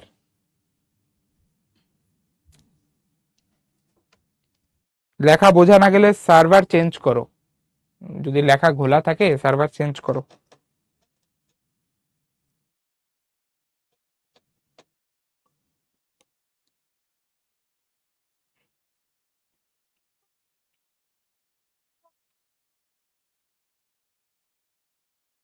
ওকে, আমি পোলটা এন্ড করে দিচ্ছি। আবারও মেজরিটি ভুল দিছো, মেজরিটি বলছো option B, but option B হবে না। কেন দেখো, এটা খুবই ইন্টারেস্টিং। আমরা এ বি সি নামে তিনটা চলক নিছি বা ভেরিয়েবল নিছি, যাদের ডেটা টাইপ দিছি ইন্টিজার, মানে এই তিনটা চলকের মধ্যে আমরা পূর্ণ সংখ্যা রাখতে পারবো। আচ্ছা, এর ভেতরে কত রাখছি? 10। এর ভেতরে কত রাখছি? 10। বি এর ভেতরে কত রাখার চেষ্টা করতেছি? বি এর ভেতরে আমরা এ প্লাস প্লাস রাখার চেষ্টা করতেছি। মানে কি, যে একটু আগে দেখাইছিলাম ইউনারি অপারেটর এ প্লাস প্লাস, মানে আমরা এর ভ্যালুটা বাড়ানোর পরে এর ভ্যালুটা বাড়ানো এবং বি এর ভেতরে রাখা, এই দুইটা কাজই করতে যাচ্ছি। এর ভ্যালুটাই যে বাড়ানো এবং এর ভ্যালুটা আমরা বি এর ভেতরে রাখা, দুইটা কাজই করতে যাচ্ছি এখানে এই লাইনের মাধ্যমে। এখন কোনটা আগে কোনটা পরে হবে? আমি কি বলছিলাম, প্লাস প্লাস যদি পরে থাকে, যদি চলকের পরে প্লাস প্লাস দেখতে পাও, তাহলে কি করবা? আগে বাড়াবা নাকি আগে রাখবা? প্লাস প্লাস পরে আছে, তাহলে বাড়াবো পরে, আগে রাখবো। তাহলে এর ভ্যালু কত আছে? 10। তাহলে বি এর মধ্যে যদি এর ভ্যালু রাখি, বি এর মধ্যে আসবে 10। ঠিক আছে, তারপরে আমরা এর ভ্যালু বাড়াবো, পরে বাড়াবো যেহেতু, তাহলে এই যে রাখার পরে আমরা এর ভ্যালু 1 বাড়াবো, বাড়াইলে এটা হবে হচ্ছে 10 থেকে বেড়ে 11। বুঝছো সবাই? বি এর মধ্যে তাহলে কত এই লাইনে আসার পরে আমরা বি এর মধ্যে পাবো 10, এর মধ্যে 11। এরপরে এই যে এই লাইনে দেখো, 3 নম্বর লাইনে এই যে এটা C equal to B plus plus, মানে আবারও আমরা দুইটা কাজ করার চেষ্টা করতেছি, বাড়ানো এবং চলকের মানকে আমরা অন্য একটা জায়গায় রাখার চেষ্টা করতেছি। কোনটা আগে হবে?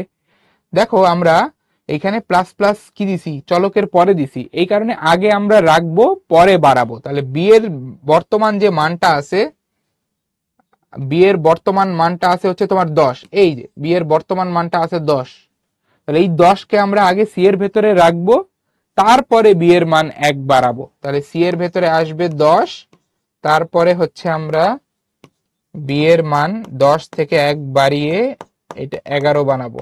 তাহলে খেয়াল করো আমার, এরপরে লাস্ট লাইনে গিয়ে যখন এই এ বি সি তিনটা চলকের ভ্যালু আমি সিরিয়ালি প্রিন্ট করব, এই যে পার্সেন্টেজ ডি দিয়ে বোঝাচ্ছি যে আমি ইন্টিজার সংখ্যা প্রিন্ট করব। আচ্ছা, সো এ বি সি তিনটা জিনিসের ভ্যালুই আমি সিরিয়ালি প্রিন্ট করব। তাহলে এর ভ্যালু কত আছে দেখো তো, সর্বশেষ কত পাইছো? 11। বি এর ভ্যালু সর্বশেষ কত পাইছো? এই যে 11।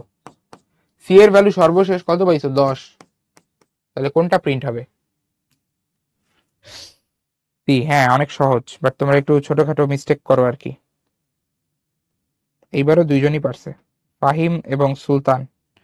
মেজরিটি ভুল, 80%-এর মতো ভুল করছো।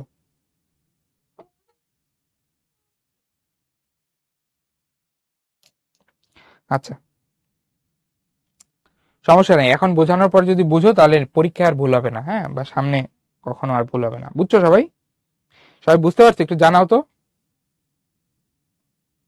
ওকে, তো তোমাদের এখন আমি একটা ব্রেক দিব, ব্রেক থেকে এসে আমরা বাকি পার্টটা শেষ করবো। আমাদের আর দুইটা জিনিস বাকি আছে, ঠিক আছে? তো আমরা ব্রেকে যাই এখন একটা। সো এখন আমরা যেই জিনিসটা দেখবো সেটা খুবই খুবই ইম্পর্টেন্ট আমাদের সি প্রোগ্রামিং এ, যেই কন্ট্রোল স্টেটমেন্ট ব্যবহৃত হয়। অর্থাৎ আমরা যদি চাই যে কোনো একটা কাজ আমরা কোনো একটা শর্তের উপর ভিত্তি করে কম্পিউটারকে দিয়ে করাতে চাই, তখন আমরা ইউজ করব হচ্ছে কন্ডিশনাল কন্ট্রোল স্টেটমেন্ট। আবার আমরা যদি হচ্ছে কোনো একটা কাজ কোনো একটা শর্তের উপর ভিত্তি করে বারবার বারবার বারবার করাতে চাই, তখন আমরা ইউজ করব লুপ কন্ট্রোল স্টেটমেন্ট। হ্যাঁ, তো এই সবগুলোকে একসাথে বলা হয় কন্ট্রোল স্টেটমেন্ট। তো এই জিনিসগুলো এখন আমরা দেখবো, ঠিক আছে? তো প্রথমে যেটা দেখবো সেটা হচ্ছে তোমার কন্ডিশনাল কন্ট্রোল স্টেটমেন্ট, অর্থাৎ কোনো একটা শর্তের উপর ভিত্তি করে আমরা যদি কোনো কাজ করাতে চাই তখন আমরা কোডিং করার সময় যেই জিনিসগুলো লিখি ওইটাকেই বলা হয় কন্ডিশনাল কন্ট্রোল স্টেটমেন্ট। তো 4 ধরনের কন্ডিশনাল কন্ট্রোল স্টেটমেন্ট হয়। আমরা সামনে গিয়ে উদাহরণ দেখি যে তোমার ইফ এলস এলস ইফ যে স্টেটমেন্টগুলো আছে এগুলোর মাধ্যমে আমরা যেটা করতে পারি, কোনো একটা শর্ত যদি আমরা বেঁধে দেই কোড লেখার সময়, ওই শর্তটা সত্যি হলেই কেবলমাত্র তোমার কিছু কোড রান করবে। ঠিক আছে, যেমন এইখানে দেখো আমাদের ইফ কন্ডিশনে যেই জিনিসটা দেওয়া আছে এটা যদি ট্রু হয়, ইফ কন্ডিশনে যা দেওয়া আছে এটা যদি হচ্ছে তোমার ট্রু হয়, তাহলে যেটা হবে এই যে আমাদের ইফ স্টেটমেন্টের ভেতরের যে ব্লকটা আছে, মানে এই যে ব্র্যাকেট দিয়ে আমি যেই কোডগুলোকে আবদ্ধ করে দিছি এই কোডগুলো হচ্ছে রান করবে যদি এই কন্ডিশনটা ট্রু হয়। ঠিক আছে, আবার আমি এরকম ভাবে লিখতে পারি যে আমার কন্ডিশনটা ট্রু হলে এই কোডগুলো রান করবে, আর কন্ডিশনটা ফলস হলে এলস এর ভেতরে আমি যেই কোড লিখছি এগুলো রান করবে। বুঝতে পারছো? আবার আমি এভাবে লিখতে পারি যে কন্ডিশন প্রথমটা ট্রু হলে এই কোডগুলো রান করবে, কন্ডিশন ফলস হলে আমি দ্বিতীয় কন্ডিশন চেক করব, দ্বিতীয় কন্ডিশন ট্রু হলে এই কোডগুলো রান করবে, দ্বিতীয় কন্ডিশন ফলস হলে আমি তৃতীয় কন্ডিশন চেক করব, তৃতীয় কন্ডিশন ট্রু হলে এই কোডটা রান করবে, আর ফাইনালি কোনোটাই যদি ট্রু না হয় তাহলে আমি যে এলসে গিয়ে এটা রান করব। একটা এক্সাম্পল দেখি। যেমন দেখো দুইটা কোড দেওয়া আছে পাশাপাশি, মোটামুটি কাজ সেমই। হ্যাঁ, তো এইখানে আমরা এই কন্ডিশনাল কন্ট্রোল স্টেটমেন্টের ব্যবহারটা বুঝতে পারবো। ঠিক আছে, খেয়াল করো আমাদের বাম পাশে যে কোডটা আছে এখানে তোমার শুরুতে মার্ক নামের একটা ভেরিয়েবল নেওয়া হয়েছে। এরপর আমি ইউজারকে মানে যে কোড রান করবে তাকে একটা মেসেজ দিচ্ছি যে এন্টার ইওর মার্ক, তুমি তোমার মার্ক প্রবেশ করো। এরপর সে হচ্ছে মার্ক প্রবেশ করতেছে। এই যে দেখো কিভাবে আমরা স্ক্যানএফ ফাংশন দিয়ে কি করি, ইনপুট নেই। তো এখানে আমরা এই যে স্ক্যানএফ এর ভেতরে পার্সেন্টেজ ডি দিয়ে বোঝাচ্ছি যে আমরা একটা ইন্টিজার সংখ্যা ইনপুট নিব। এরপরে এই যে কমা এম্পারসেন্ট মার্ক দিয়ে বোঝাচ্ছি যে আমাদের ইন্টিজার সংখ্যাটা কই ঢুকবে, মার্ক নামের ভেরিয়েবলের ভেতরে ঢুকবে। তাহলে ধরো ইউজার কিবোর্ড দিয়ে দিল ইনপুট দিল 30, তাহলে মার্কের ভেতরে কত ঢুকবে, 30।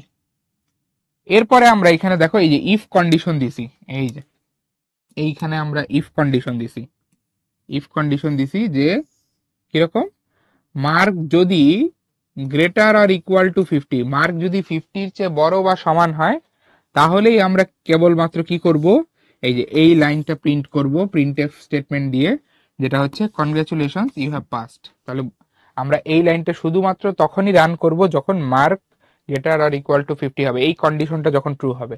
তাহলে মার্ক যদি আমি 30 দিই তাহলে এটা রান করবে না। কিন্তু ধরো আমি যদি মার্ক যদি 60 দিতাম, মার্ক 60 দিলে কিন্তু আবার এটা রান করতো, এই যে এই কোডটা রান করতো। ঠিক আছে, কারণ 60 ইজ গ্রেটার দেন 50, এই কারণে।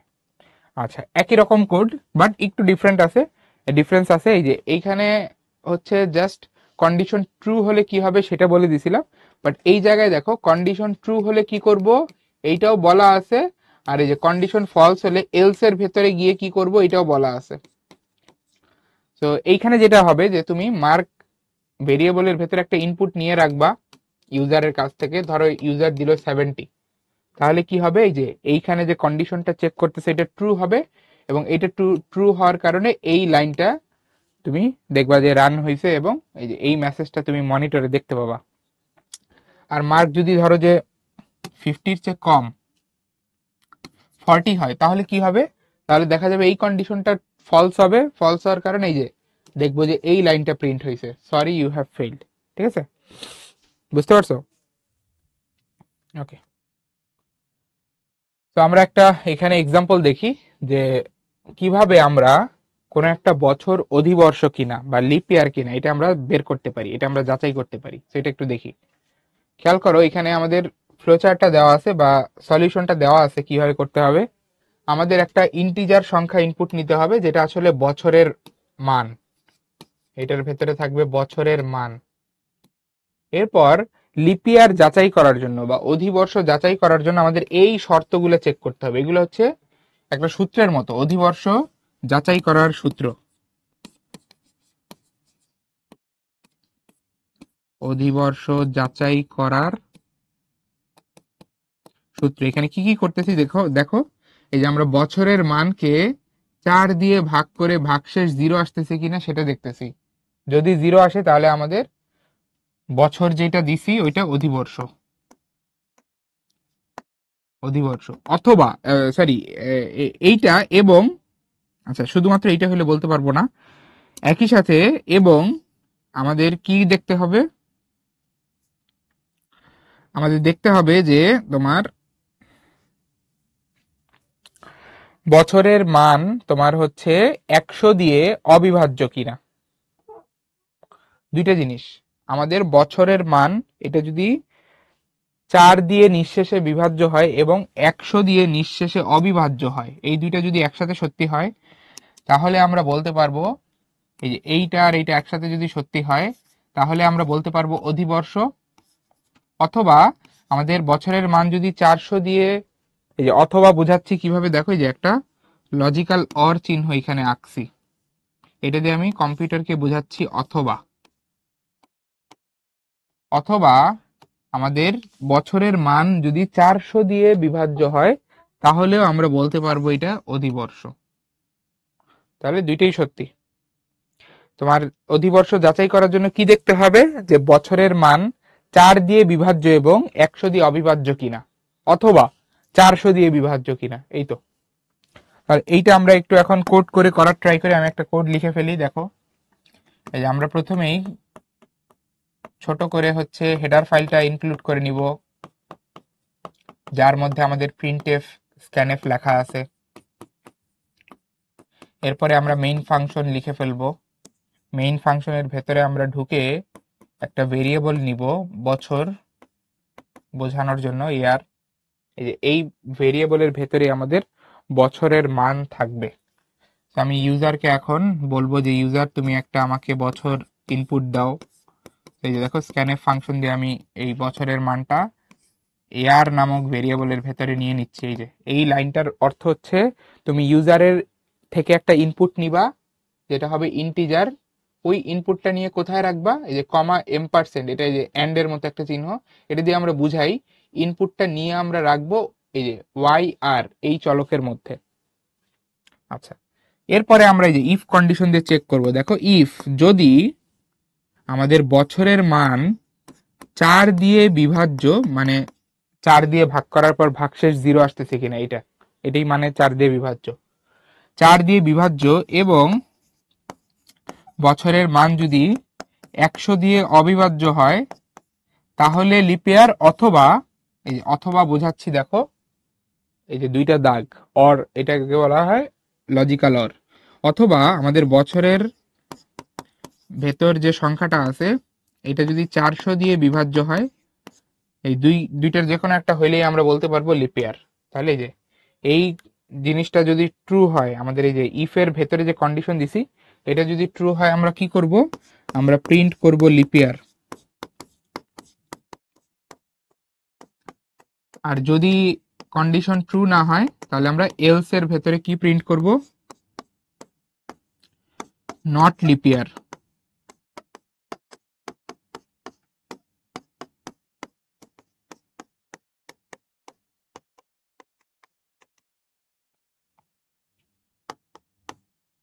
এই তো শেষ।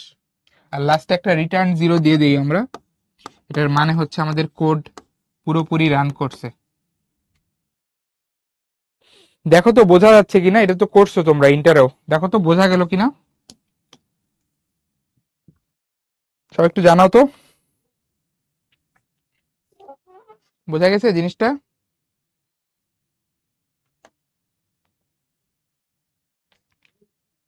ওকে, এখন আমরা কন্ডিশনাল কন্ট্রোল স্টেটমেন্টের পরে যেটা দেখবো সেটা হচ্ছে লুপ। লুপের কাজ হচ্ছে কোনো একটা কাজ বারবার করা। কোড লিখে আমরা যদি কোনো একটা কাজ বারবার কম্পিউটারকে দিয়ে করাইতে চাই তখন আমরা যেটা ইউজ করি সেটা হচ্ছে লুপ। তো লুপ কিভাবে কাজ করে? লুপ হচ্ছে তোমার একটা শর্ত যতক্ষণ পর্যন্ত সত্যি থাকে ততক্ষণ পর্যন্ত সে একটা কাজ করতেই থাকে করতেই থাকে। যখন শর্তটা মিথ্যা হয়ে যায় তখন সে বাইরে চলে আসে, লুপ থেকে বাইরে বের হয়ে চলে আসে। ঠিক আছে, তো আমরা 3 ধরনের লুপ দেখতে পাই। আমি একটু লুপগুলো তোমাদেরকে দেখাই। এই যে আমাদের 3 ধরনের লুপ আছে, বুঝছো? কোন একটা কাজ বারবার বারবার করার জন্য আমাদের 3 ধরনের লুপ আছে। একটাকে আমরা বলি হচ্ছে ফর লুপ, একটাকে আমরা বলি ওয়াইল লুপ, একটাকে আমরা বলি ডু ওয়াইল লুপ। তো কিভাবে লিখতে হয় দেখো লুপগুলা।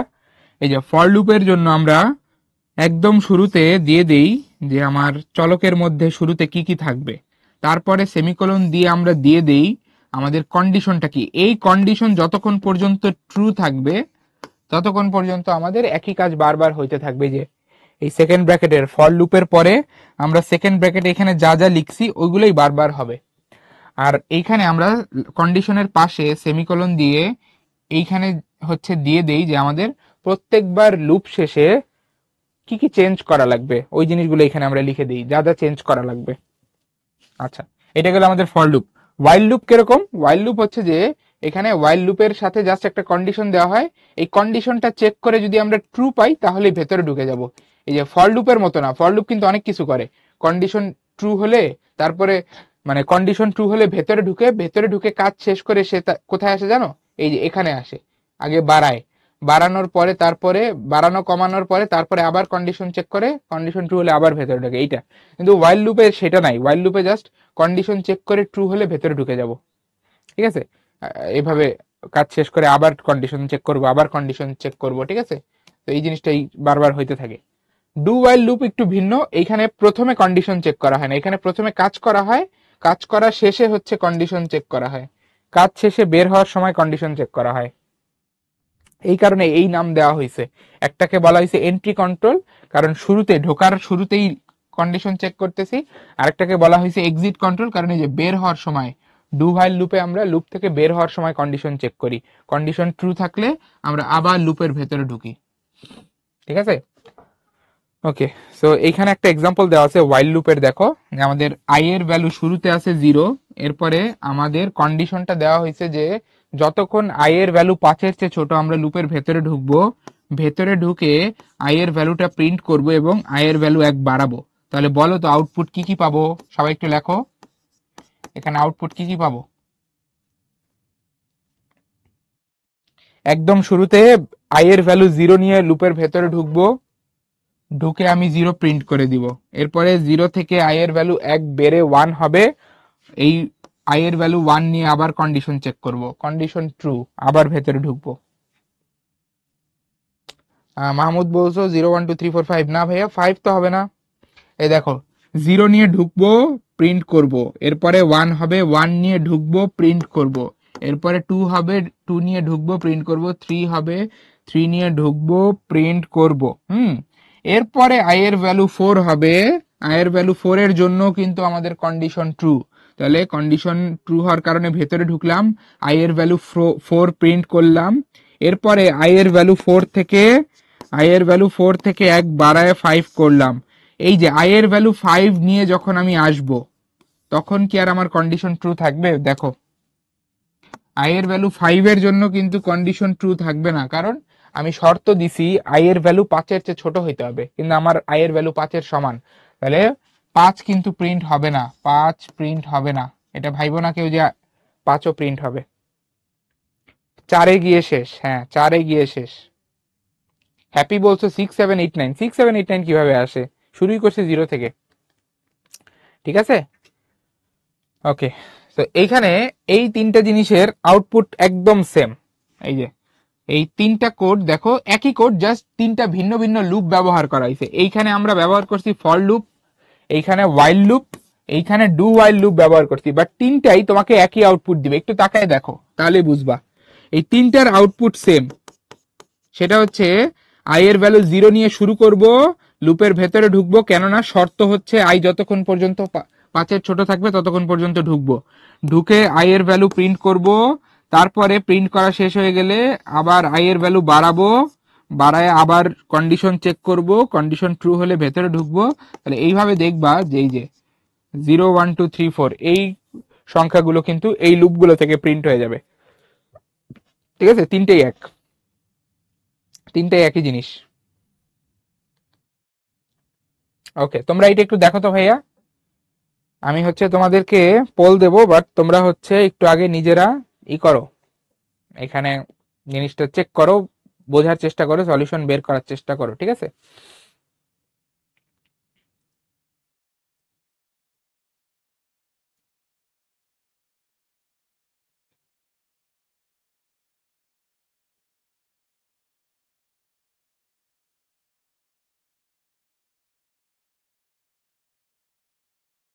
পোল দিচ্ছি, পোলে অ্যান্সার দাও। হ্যাঁ, পোল দিচ্ছি, পোলে অ্যান্সার দাও।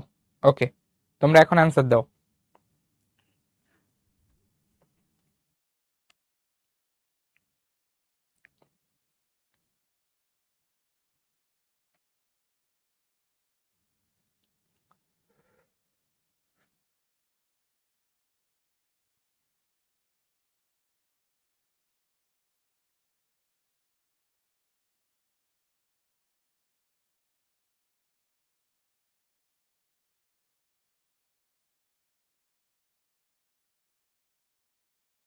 পোল তোমাদের এন্ড করে দিচ্ছি। মেজরিটি অ্যান্সার দিয়েছে option C, which is correct. আচ্ছা, কেন কারেক্ট একটু দেখো। এই যে আমাদের এইবার আই এর ভ্যালু 0 নিয়ে শুরু করে আমরা এই যে ডু ওয়াইল লুপ চালাচ্ছি, তার মানে 0 নিয়ে ঢুকে যাব, 0 নিয়ে ঢুকে 0 প্রিন্ট করে দিব। তারপরে আই এর ভ্যালু 1 বাড়াবো, আই এর ভ্যালু 1 বাড়লে 1 হবে। এরপরে কন্ডিশন কি দিছি, I less than or equal to 5, মানে আই এর ভ্যালু 5 এর চেয়ে ছোট বা সমান হইতে হবে। আচ্ছা, আই এর ভ্যালু 1 যেহেতু আমি পাচ্ছি, তাহলে কন্ডিশন ট্রু। আবার লুপের ভেতরে ঢুকবো, ঢুকে আই এর ভ্যালু 1 প্রিন্ট করবো, এরপরে 2 প্রিন্ট হবে, এরপরে 3 প্রিন্ট হবে, 4 প্রিন্ট হবে, 5 কি প্রিন্ট হবে? হ্যাঁ, কারণ আই এর ভ্যালু যখন 5 নিয়ে আমি কন্ডিশন চেক করবো, আমার কন্ডিশন কিন্তু ট্রু, কেননা লেস দেন অর ইকুয়াল দিছি। তোমরা যারা অপশন বি অ্যান্সার মনে করতেছো, অপশন বি হবে না, কারণ তোমরা যারা অপশন বি অ্যান্সার মনে করতেছো, অপশন বি হবে না, কারণ এখানে দেখো আমাদের কন্ডিশনে কিন্তু লেস দেন অর ইকুয়াল দেওয়া, শুধু লেস দেন দেওয়া না, শুধু লেস দেন দিলে 4 হইতো, হ্যাঁ, but less than or equal দেওয়া, এই কারণে কিন্তু আই এর ভ্যালু 5 এর জন্য আমরা ভেতরে ঢুকবো এবং আই এর ভ্যালু 5 ও প্রিন্ট হবে। ঠিক আছে, তাহলে অপশন সি হচ্ছে আমাদের অ্যান্সার।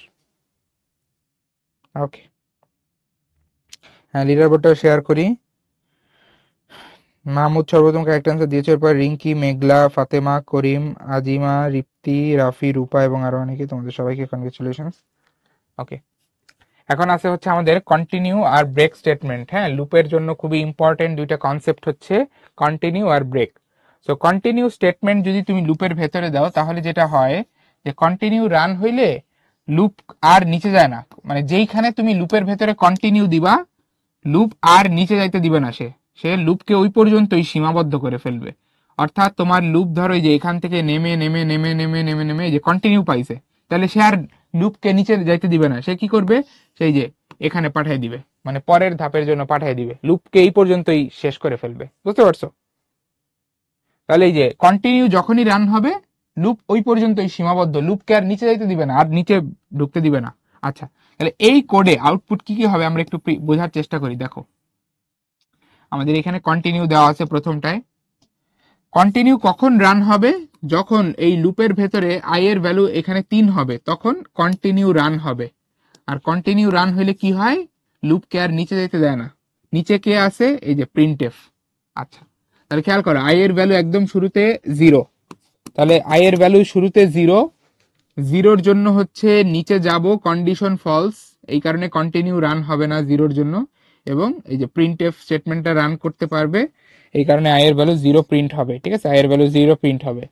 এরপরে আই এর ভ্যালু 1 বেড়ে 1 হবে, 1-এর জন্য কন্ডিশন ট্রু, এই কারণে ভেতরে ঢুকবো। হ্যাঁ, ভেতরে ঢুকে আমরা এই যে ভেতরে ঢুকে আবার কন্ডিশন চেক করব, কন্ডিশন আবারও ফলস, কারণ আই এর ভ্যালু তো 3 হয় নাই। তো আমরা নিচে নেমে এই যে প্রিন্ট করে দিব। এরপরে আই এর ভ্যালু বেড়ে 2 হবে, 2 এর জন্য প্রিন্ট করে দিব। এরপরে আই এর ভ্যালু 3 হবে। এইবার দেখো, আই এর ভ্যালু যদি 3 হয়, তাহলে কন্ডিশন কিন্তু ট্রু। এই যে আই এর ভ্যালু 3 এর জন্য কিন্তু কন্ডিশন ট্রু। আর কন্ডিশন ট্রু হলে যে কন্টিনিউ রান হবে, আর কন্টিনিউ রান হলে আমার কোড আর নিচে যাবে না, কই যাবে, এই যে ডিরেক্ট এখানে চলে যাবে। তাহলে আই এর ভ্যালু 3 এর জন্য আমি কিন্তু এই আউটপুট পাবো না, মানে এই যে কোনো কিছু প্রিন্ট হবে না। তাহলে 0 প্রিন্ট হবে, 1 প্রিন্ট হবে, 2 প্রিন্ট হবে, বাট 3 এর জন্য কিছু প্রিন্ট হবে না কিন্তু, হবে না কিন্তু। আচ্ছা, এরপরে তাহলে আই এর ভ্যালু 4 হবে, 4 এর জন্য কন্ডিশন ট্রু। আই এর ভ্যালু 4 নিয়ে ভেতরে ঢুকবো, ঢুকে এবার কন্ডিশন ফলস, এই যে ইফ আই ইকুয়াল টু 3 এটার কন্ডিশন ফলস, তাহলে আই এর ভ্যালু 4 প্রিন্ট করব।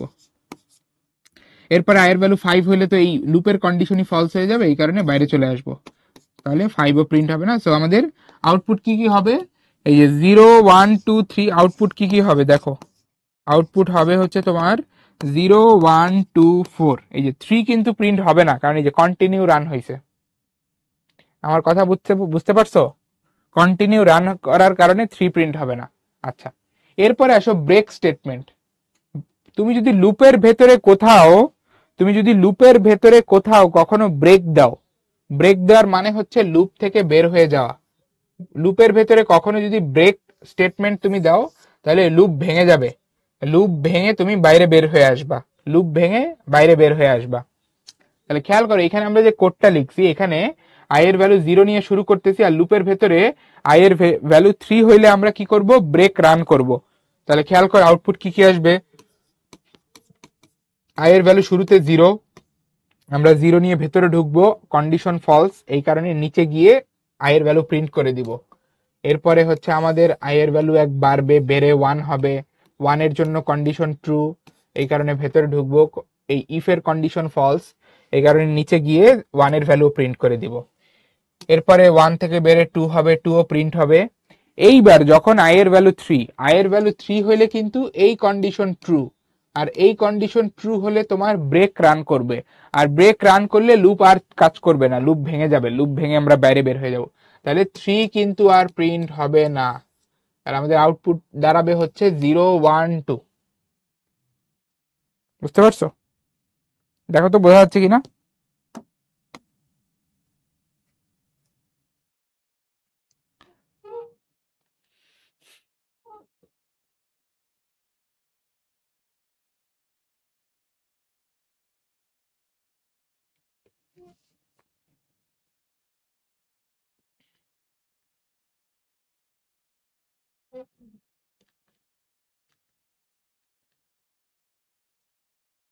ওকে, তাহলে আমরা এখানে কিছু প্রবলেম সলভ করি। এখানে চ্যাপ্টার 3 এর কিছু কোশ্চেন চলে আসছে।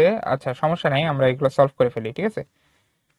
ওকে, সো আমাদের এখানে একদম শুরুতে যেটা দেওয়া আছে যে 10101.01 এর সমকক্ষ অক্টাল সংখ্যা, ঠিক আছে। তো এটা কি হবে একটু চিন্তা করে, যে 3 বিট করে করে আমাদের নিতে হয়। তো এটা হচ্ছে তোমার কত, 1 2 4, তার মানে যে 4 এর জন্য নিব আর 1 এর জন্য নিব, তার মানে এটা 5। আর এখানে হচ্ছে তোমার এই যে 0 1 0, তার মানে এটা হচ্ছে 2। তো 25 পয়েন্ট সামথিং হবে এটা। আচ্ছা, আর এই যে এখানে 0 1 0, তাই না, তার মানে এটা হচ্ছে 2, 25.2। মানে 3 বিট করে করে নিয়ে আমরা অক্টালে বানাবো। আচ্ছা, 8 বিট সমান কত ক্যারেক্টার? 8 বিট সমান হচ্ছে তোমার একটা ক্যারেক্টার, কারণ একটা ক্যারেক্টারের জন্য হচ্ছে তোমার 1 বাইট লাগে। আচ্ছা, ফ্লো চার্টে এই যে গোল্লা প্রতীকটা কি বোঝায়? সংযোগ বোঝায়। গোল্লা প্রতীকটা সংযোগ বোঝায় ফ্লো চার্টে। হ্যাঁ, যে স্টেটমেন্টের সাহায্যে উপাত্ত প্রদান করা হয় তাকে আমরা কি বলি? হ্যাঁ, যে স্টেটমেন্টের সাহায্যে উপাত্ত প্রদান করা হয় বা ইনপুট প্রদান করা হয় তাকে আমরা কি বলি? Input statement. কোনটি অবজেক্ট ওরিয়েন্টেড প্রোগ্রামিং বা উচ্চ স্তরের ভাষা? এটা হচ্ছে জাভা। জাভা হচ্ছে উচ্চ স্তরের ভাষা। ইন্টিজার টাইপ ডেটা কত মেমরি দখল করে? ইন্টিজার টাইপ ডেটা হচ্ছে তোমার 4 বাইটস জায়গা দখল করে, ঠিক আছে। ওকে, এরপর দেখো সি ভাষা কোন ধরনের প্রোগ্রামিং মডেল অনুসরণ করে? উত্তর হচ্ছে এটা স্ট্রাকচার্ড, যে আজকে দেখছিলাম বৈশিষ্ট্য। হাই লেভেল প্রোগ্রামকে লাইন বাই লাইন অনুবাদ করে কোনটা? এই যে লাইন বাই লাইন ওয়ার্ডটা পাইলেই বুঝবা ইন্টারপ্রেটার, আর পুরোটা একসাথে করে হচ্ছে কম্পাইলার। কম্পিউটার চালু হওয়ার সময় কোনটি প্রথম ব্যবহৃত হয়? হ্যাঁ, কম্পিউটার চালু হওয়ার সময় তোমার প্রথম ব্যবহৃত হয় হচ্ছে রম। এই রমের ভেতরে অপারেটিং সিস্টেম থাকে, তো সেইটা প্রথমেই ব্যবহৃত হয়। প্রোগ্রামের ভুল ত্রুটি খুঁজে বের করে তা সংশোধনের পদ্ধতিকে আমরা কি বলি? ডিবাগিং।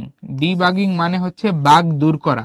এই যে প্রোগ্রামের যে ভুল ত্রুটি, এগুলোকে কিন্তু আমরা বাগ বলি। প্রোগ্রামের ভুল ত্রুটিকে বলা হয় বাগ, আর এই বাগ খুঁজে তা সংশোধন করার প্রক্রিয়াকে বলা হয় ডিবাগ। কোনটি সোর্স কোডকে মেশিন কোডে রূপান্তর করে?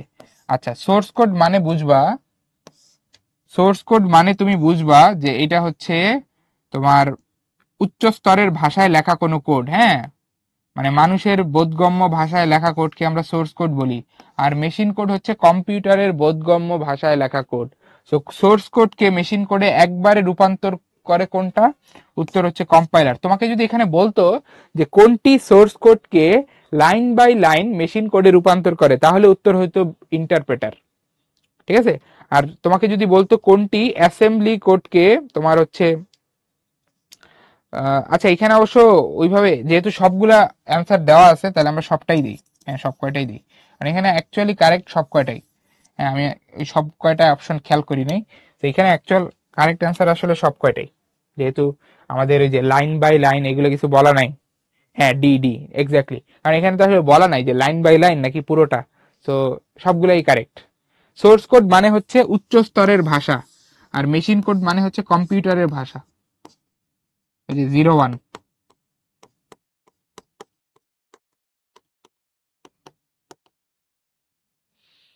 বুঝতে পারছো এটা? আচ্ছা, এরপরে দেখো আমাদের এখানে বলা হচ্ছে যে লুপ শেষ হবার আগেই লুপ থেকে বের হওয়ার জন্য সি ভাষায় কোন স্টেটমেন্ট ব্যবহৃত হয়? কোনটা বলো তো?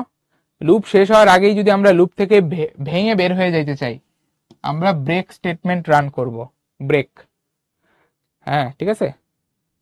এরপরে দেখো বলা হচ্ছে এই কোডটা যদি রান হয় তাহলে আমাদের প্রিন্টএফ স্টেটমেন্ট কতবার এক্সিকিউট হবে? হ্যাঁ, এই যে এটা হচ্ছে ইফ আই ইকুয়াল ইকুয়াল 3। তাহলে বলো তো কতবার হবে? তোমরা একটু বলো। এটার আনসার আমি বলবো না, এটা তোমরা বলো। সবাই বলো, সবাই বলো।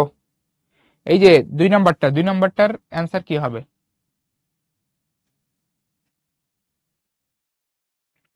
মাহমুদ বলছো 2বার। কেন 2বার কেন?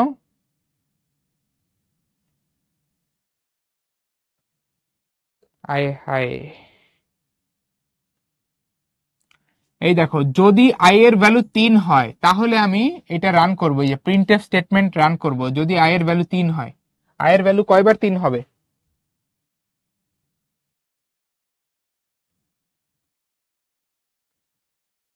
করিম একমাত্র কারেক্ট অ্যান্সার দিতে পারছো, বাকি সবাই উল্টাপাল্টা অ্যান্সার দিচ্ছ 3বার 4বার। কন্ডিশনটা চেক করো। কন্ডিশন, আমি কন্ডিশন দিছি হচ্ছে যে যদি যদি আই এর ভ্যালু 3 হয়, আই এর ভ্যালু যদি 3-এর সমান হয়, তাহলে এই প্রিন্টএফ স্টেটমেন্ট রান করব, মানে এর ভিতরে ঢুকবো। আই এর ভ্যালু কয়বার 3 হবে? আই এর ভ্যালু কয়বার 3 হবে এই লুপে?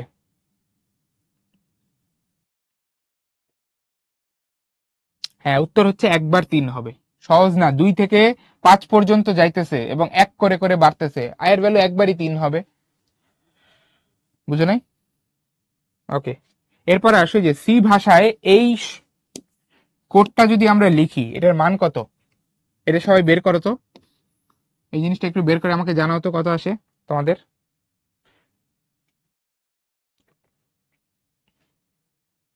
এই যে এই জিনিসটার মান পূর্ণ সংখ্যায় কত হবে, এটা বের করো।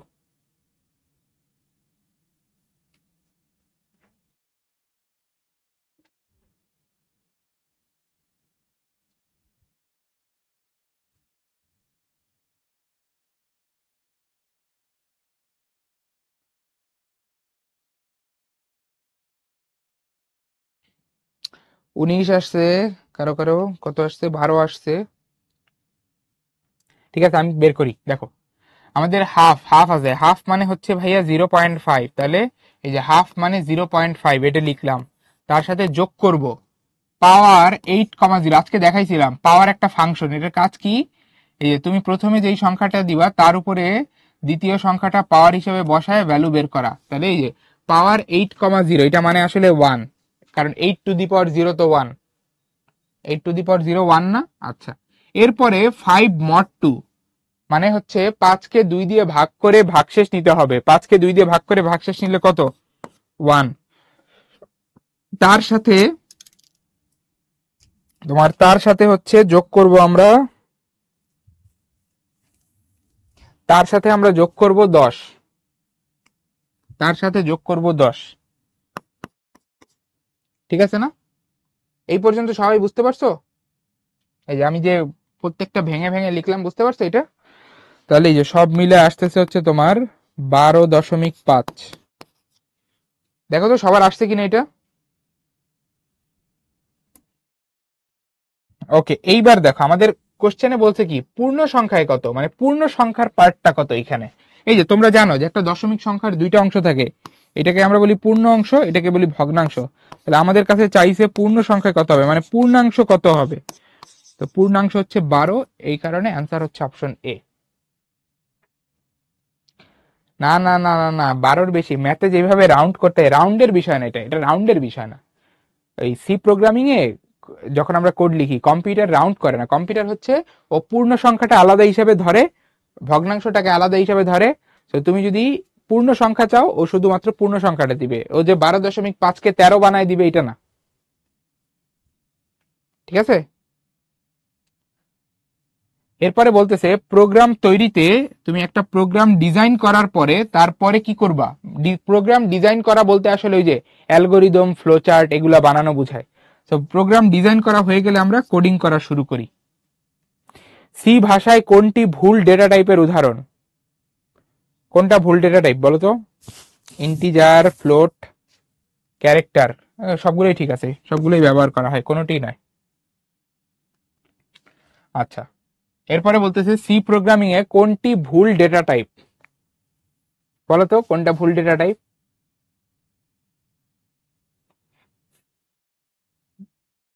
এই যে আজকে আমরা দেখছিলাম, তোমাদেরকে একটু দেখাই। আমাদের আজকেই দেখা হয়েছিল একটা ডেটা টাইপের, আমি তোমাদেরকে চার্ট দেখাইছিলাম একটা। এই যে দেখো আমাদের কি কি ডেটা টাইপ হয়। ইন্ট হয়, শর্ট ইন্ট হয়, লং ইন্ট হয়, লং লং ইন্টও হয়। হ্যাঁ, লং দিলে আসলে সাইজ বাড়ে, আমাদের এই ডেটা রাখার যে ক্যাপাসিটি ওইটা বাড়ে। ঠিক আছে? আনসাইন্ড ইন্ট হয়। তাহলে এই যে এখান থেকে জাস্ট মিলাবা একটু। হ্যাঁ, আনসাইন্ড লং ইন্ট হয়, আনসাইন্ড লং লং ইন্ট হয়, ক্যারেক্টার হয়, ফ্লোট হয়, ডাবল হয়, লং ডাবলও কিন্তু হয়। হ্যাঁ, লং ডাবলও হয়। বাট দেখো ওইখানে কি দেওয়া ছিল, একটা দেখো লং ফ্লোট দেওয়া ছিল। আমি তোমাদেরকে নিয়ে যাই, তোমাদেরকে এই যে এইটা দেখে মিলাইতে হবে। হ্যাঁ, সরি, এই যে সাইন্ড ফ্লোট দেওয়া ছিল। এই যে সাইন্ড ফ্লোট, সাইন্ড ফ্লোট বলে আসলে কিছু নাই, বুঝতে পারছো? সাইন্ড ফ্লোট এইটা আসলে কোনো ভ্যালিড ডাটা টাইপ না, এরকম কিছু এক্সিস্ট করে না দুনিয়ায়। ঠিক আছে? এরপরে বলা হচ্ছে যে সি ভাষায় লেখা প্রোগ্রাম কিসের সাহায্যে মেশিন কোডে রূপান্তরিত হয়। মানে সি ভাষা তো একটা উচ্চ স্তরের ভাষা, তাই না? এটাকে আমরা কম্পিউটারের ভাষায় রূপান্তর করি কিভাবে? অনুবাদক প্রোগ্রাম দিয়ে, এবং আরো স্পেসিফিক ভাবে যদি বলি তাহলে যে কম্পাইলার নামক অনুবাদক প্রোগ্রাম দিয়ে। ওকে, কারো কোনো কোশ্চেন আছে? সবগুলো কি বুঝতে পারছো সলিউশন? হ্যাঁ, ঠিক আছে।